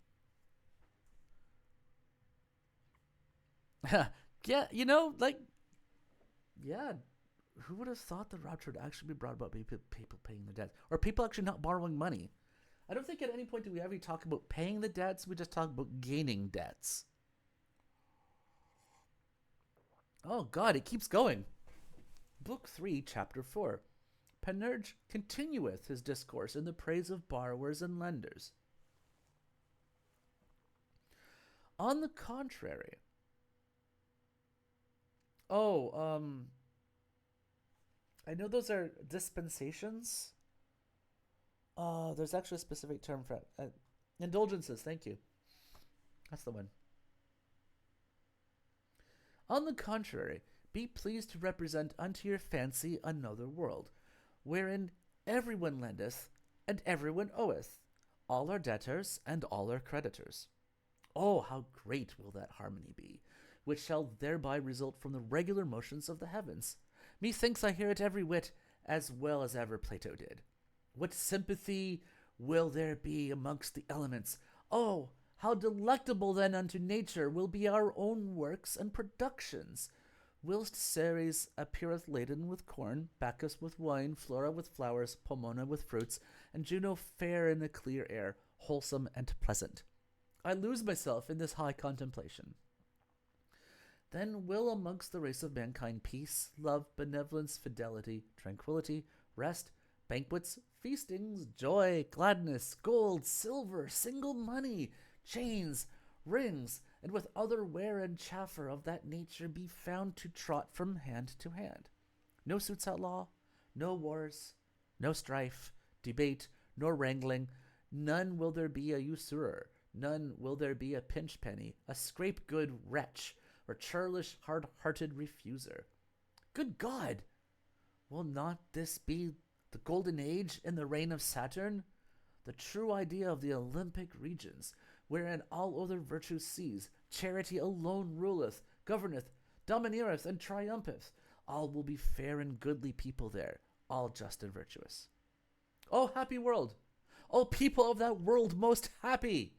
Yea, 3 and 4 times blessed is that people. I think in very deed, that I am amongst them, and swear to you, by my good forsooth, that if this glorious aforesaid world had a pope, abounding with cardinals, that so he might have the association of a sacred college in the space of a very few years, you should be sure to see the saints much thicker in the roll, more numerous, wonder-working and mirific, more services, more vows, more staves and wax candles than are all those in the 9 bishoprics of Brittany, St. Eve's only excepted.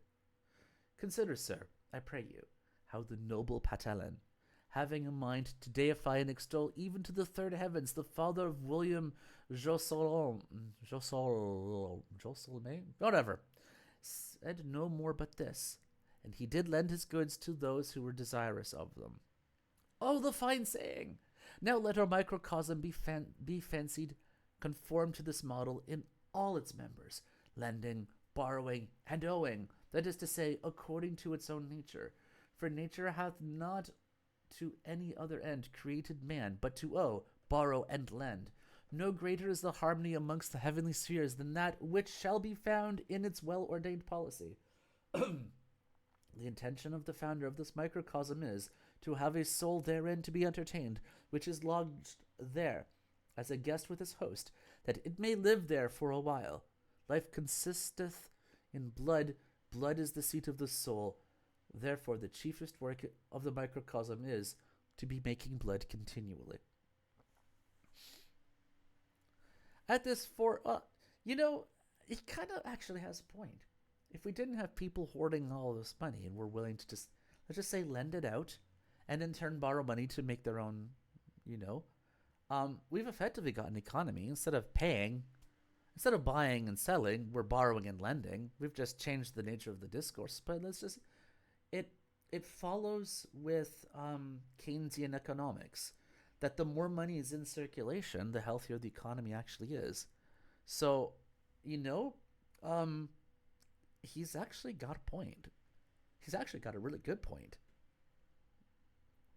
On the other hand, yes, he's a scoundrel. But anyway. Ha ha ha. At this forge are exercised all the members of the body, none is exempted from labor, which each operates apart and doth its proper office. And such is their hierarchy, that perpetually the one borrows from the other, the one lends the other, and the one is the other's debtor. The stuff and matter convenient, which nature giveth to be turned into blood, is bread and wine. All kinds of nourishing victuals is understood to be comprehended in these two, and from hence is in the Gothish tongue is called companage.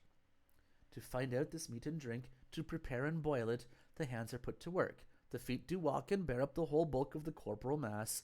The eyes guide and conduct all. The appetite in the orifice of the stomach, by means of a little sourish black humour, called melancholy, which is transmitted thereto from the milt, giveth warming to shut in the food. The tongue doth make the first essay, and tastes it. The teeth do chew it. The stomach doth receive, digest, and chillify it. The mesaric veins suck out of it what is good and fit, leaving behind the excrements, which are, through special conduits for that purpose, voided by an expulsive faculty. Thereafter it is carried to the liver, where it being changed again, it is by the virtue of that new transmutation becomes blood. What joy, conjecture you, will then be found amongst those that officers when they see this rivulet of gold, which is their sole restorative. No greater is the joy of alchemists, when after long travail, toil, and expense they see in their furnaces the transmutation. Then is it that every member doth prepare itself, and strive anew to purify and to refine this treasure.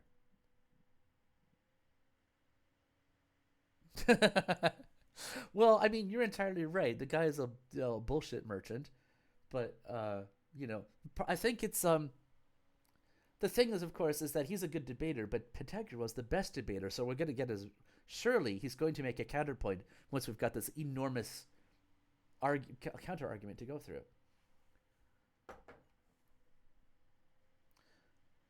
The kidneys, through the emulgent veins, draw that aquosity from thence, which you call urine, and there send it away through the ureters to be slipped downwards, where in a lower receptacle and proper for it, to wit, the bladder, it is kept, and stayeth there until an opportunity to void it out in his due time. The spleen draweth from the blood its terrestrial part, viz., the grounds, lees, or thick substance settled in the bottom thereof, which you term melancholy.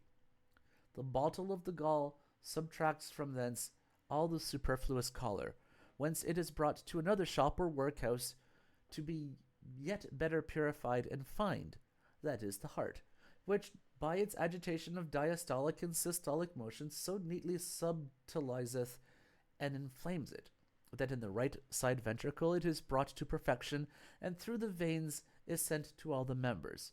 Each parcel of the body draws it then unto itself, and after its own fashion it is cherished and alimented by it. Feet, hands, thighs, arms, eyes, ear, back, breast, yea, all. And then it is that who before were lenders now become debtors. The heart doth in its left side ventricle so thinify the blood that it thereby obtains the name of spiritual, which being sent through the arteries to all the members of the body, serveth to warm and winnow the other blood which runneth through the veins. The lights never cease with its lappets and bellows to cool and refresh it, in acknowledgment of which good the heart, through the arterial vein, imparts unto it the choicest of its blood. At last it is made so fine and subtle within the rite mirabile that thereafter those animal spirits are framed and composed of it, by means whereof the imagination, discourse, judgment, resolution, deliberation, ratiocination, and memory have their rise, actings, and operations. Cop's body, I sink, I drown, I perish, I wander astray. I quite fly out of myself when I enter into the consideration of the profound abyss of this world, thus lending, thus owing. Believe me, it is a divine thing to lend, to owe, an heroic virtue. Yet is not this all? This little world thus lending, owing, and borrowing is so good and charitable, that no sooner is the above specified alimentation finished, but that it forthwith projecteth, and hath already forecast, how it shall lend to those who are not as yet born. and by that lone endeavor what it may to eternize itself, and multiply in images like the pattern, that is, children. To this end, every member doth of the choicest and most precious of its nourishment pare and cut off a portion, then instantly dispatcheth it downwards to that place where nature hath prepared for it very fit vessels and receptacles, through which descending to the genitores by long ambages, circuits, and flexuosities, it receiveth a competent form and rooms apt enough both in man and women for the future conservation and perpetuating of humankind. All this is done by loans and debts of the one unto the other, and hence we have this word, the debt of marriage. Nature doth reckon pain to the refuser, with a most grievous vexation to his members, and an outrageous fury amidst his senses. But on the other part, to the lender a set reward, accompanied with pleasure, joy, solace, mirth, and merry glee.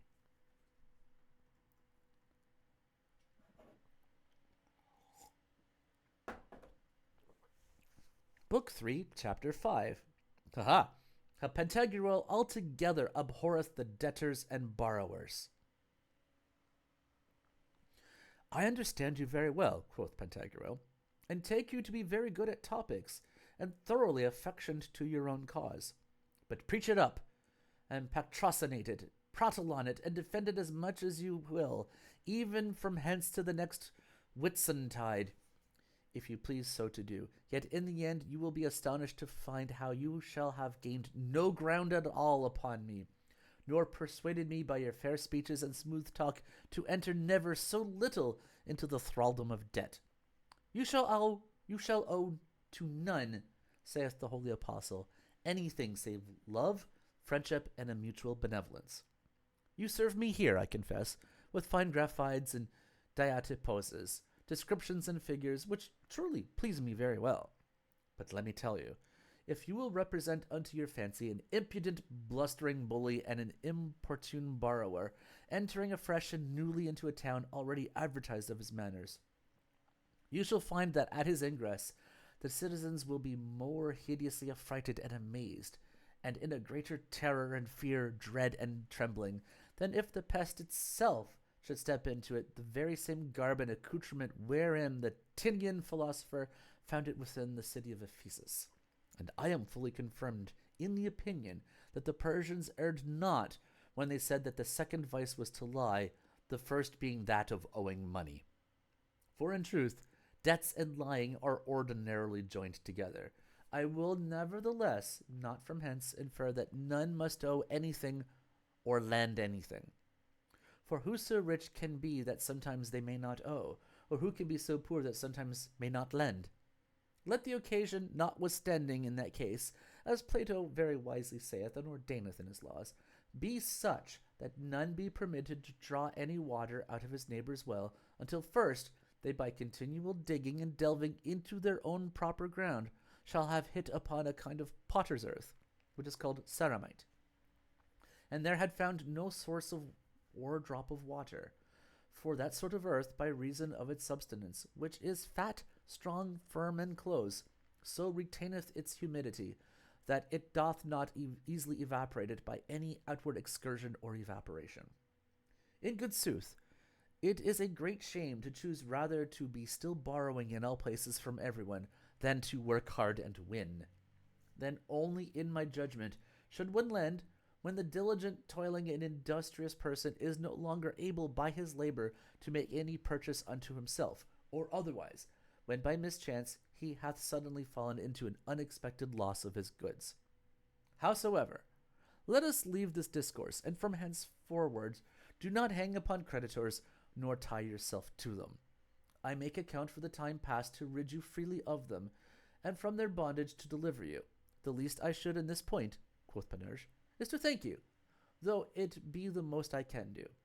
And if gratitude and thanksgiving be to be estimated and prized by the affection of the benefactor, that is to be done infinitely and sempiternally, for the love which you bear me of your own accord and free grace, without any merit of mine, goeth far beyond the reach of any price or value.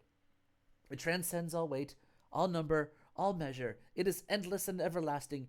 Therefore, should I offer to commiserate and adjust it, either to the size and proportion of your own noble and gracious deeds, or yet to the contentment and delight of the obliged receivers, I would come off but very faintly and flaggingly. You have verily done me a great deal of good, and multiplied your favors on me more frequently than was fitting to one of my condition. You have been more bountiful towards me than I have deserved, and your courtesies have by far surpassed the extent of my merits. I must needs confess it. But it is not, as you suppose, in the proposed matter. For there it is not where I itch. It is not there where it fretteth, hurt, or vexeth me. For henceforth, being quit and out of debt, what countenance will I be able to keep?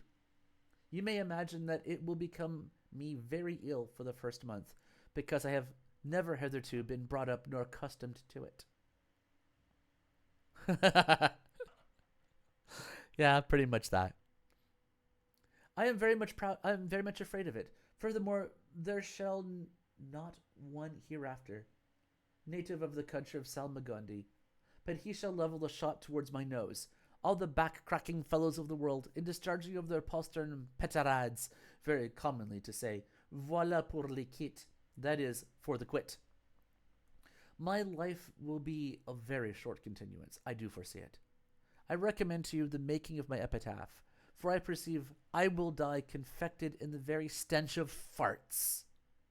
Wow, that is a sentence for the record books. If at any time to come, by way of a restorative to such good women as shall happen to be troubled with the grievous pain of the wind colic, the ordinary medicaments prove nothing effectual, the mummy of all my befarted body will straight be as a present remedy appointed by the physicians, whereof they, taking any small modicum, it will incontinently for their ease afford them a rattle of bum-shot, like a sal of muskets. Therefore, I would beseech you to leave me some few centuries of debts, as King Louis XI, exempting from suits in law the Reverend Miles Dillier, Bishop of Chartres, was by the said bishop most earnestly solicited to leave him some few for the exercise of his mind. I had rather give them all my revenue of the periwinkles, together with the other income of the locusts, albeit I should not thereby have any parcel abated from off the principal sums which I owe. Let us waive this matter, quoth Pantagruel. I have told it you over again.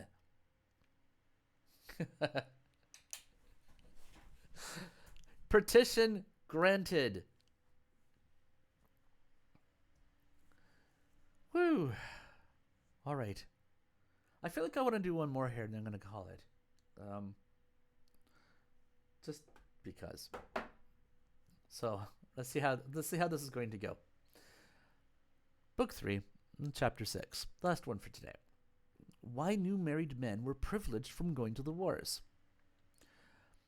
But in the interim, asked Perners, by what law was it constituted, ordained, and established that such as should plant new and established that such as should plant a new vineyard, those that should build a new house, and the new married men should be exempted and discharged from the duty of warfare for their first year? By the law, answered Pantagruel, of Moses. Why, replied Panurge, the lately married.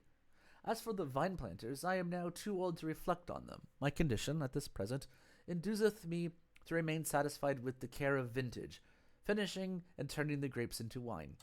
Nor are these pretty new builders of dead stones written or pricked down in my book of life. It is all with live stones that I set up and erect the fabrics of my architecture, to wit, men. It was, according to my opinions, quoth Pantagruel, to the end, first, that the fresh married folks should for the first year reap a full and complete fruition of their pleasures in the mutual exercise of the act of love, in such sort, that in waiting more at leisure on the production of posterity and propagating of their progeny, they might the better increase their race and make provision of new heirs. That if, in the years thereafter, the men should, upon their undergoing of some military adventure, happen to be killed, their names and coat of arms might continue with their children in the same families. And next, that the wives thereby coming to know whether they were barren or fruitful, for 1 year's trial, in regard of the maturity of age wherein of old they married, was held sufficient for the discovery, that they might pitch the more suitably in case of their first husband's decease upon a second match. The fertile women to be wedded to those who desire to multiply their issue, and the sterile ones to such other mates as, misregarding the storage of their own lineage, choose them only for their virtues, learning, genteel behavior, domestic consolation, management of the house, and matrimonial conveniences and comforts, and such like.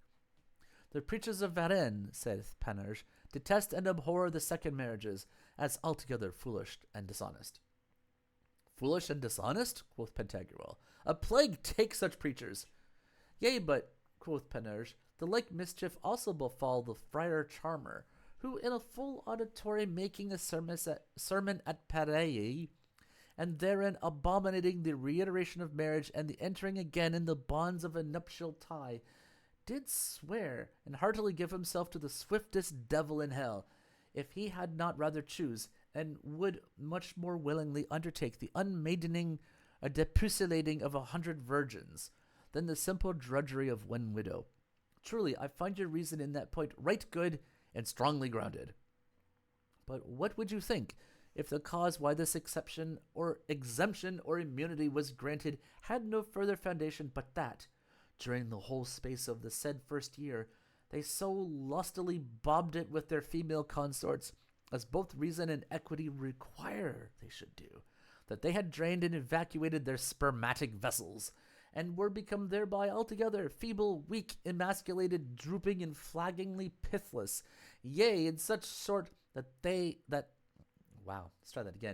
Yea, in such sort that they, in the day of battle, like ducks which plunge over head and ears, would sooner hide themselves behind the baggage than, in the company of valiant fighters and daring military combatants, appear where stern Bellona deals her blows and moves a bustling noise of thwacks and thumps. Nor is it to be thought that under the standard of Mars they will so much as once strike a fair stroke, because their most considerable knocks have already been jerked and wearied within the curtains of his sweetheart Venus. In confirmation whereof, amongst other relics and monuments of antiquity, we now as yet often see that in all great houses, after the expiring of some few days, these young married blades are readily sent away to visit their uncles, that in the absence of their wives reposing themselves a little, they may recover their decayed strength by the recruit of a fresh supply, the more vigorous to return again and face about to renew the dueling shock and conflict of an amorous dalliance, albeit for the greater part they have neither uncle nor aunt to go to. Just so did the King Crackart, after the battle of the Cornets, not Cashiris, speaking properly, I mean me and the quail collar, but for our refreshment remanded us to our houses, as he is yet seeking after his own. My grandfather's godmother was wont to say to me when I was a boy, Pastor notre et oraisons. It's French, actually. Pastor notre et oraison sont pour cela que les retiennent. Un fifre et finissant est plus fort que deux qui en viennent.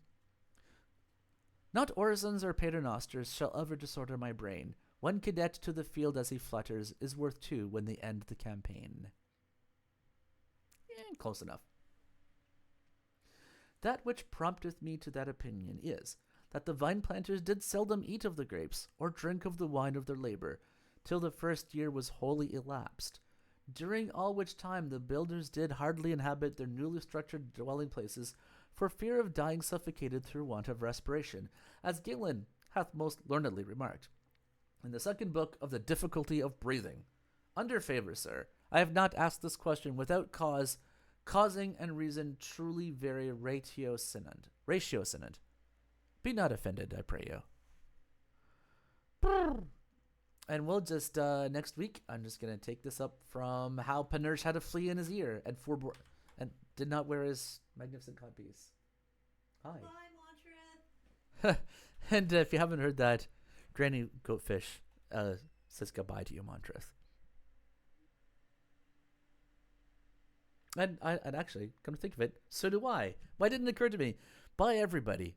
Take care. We'll see you next week.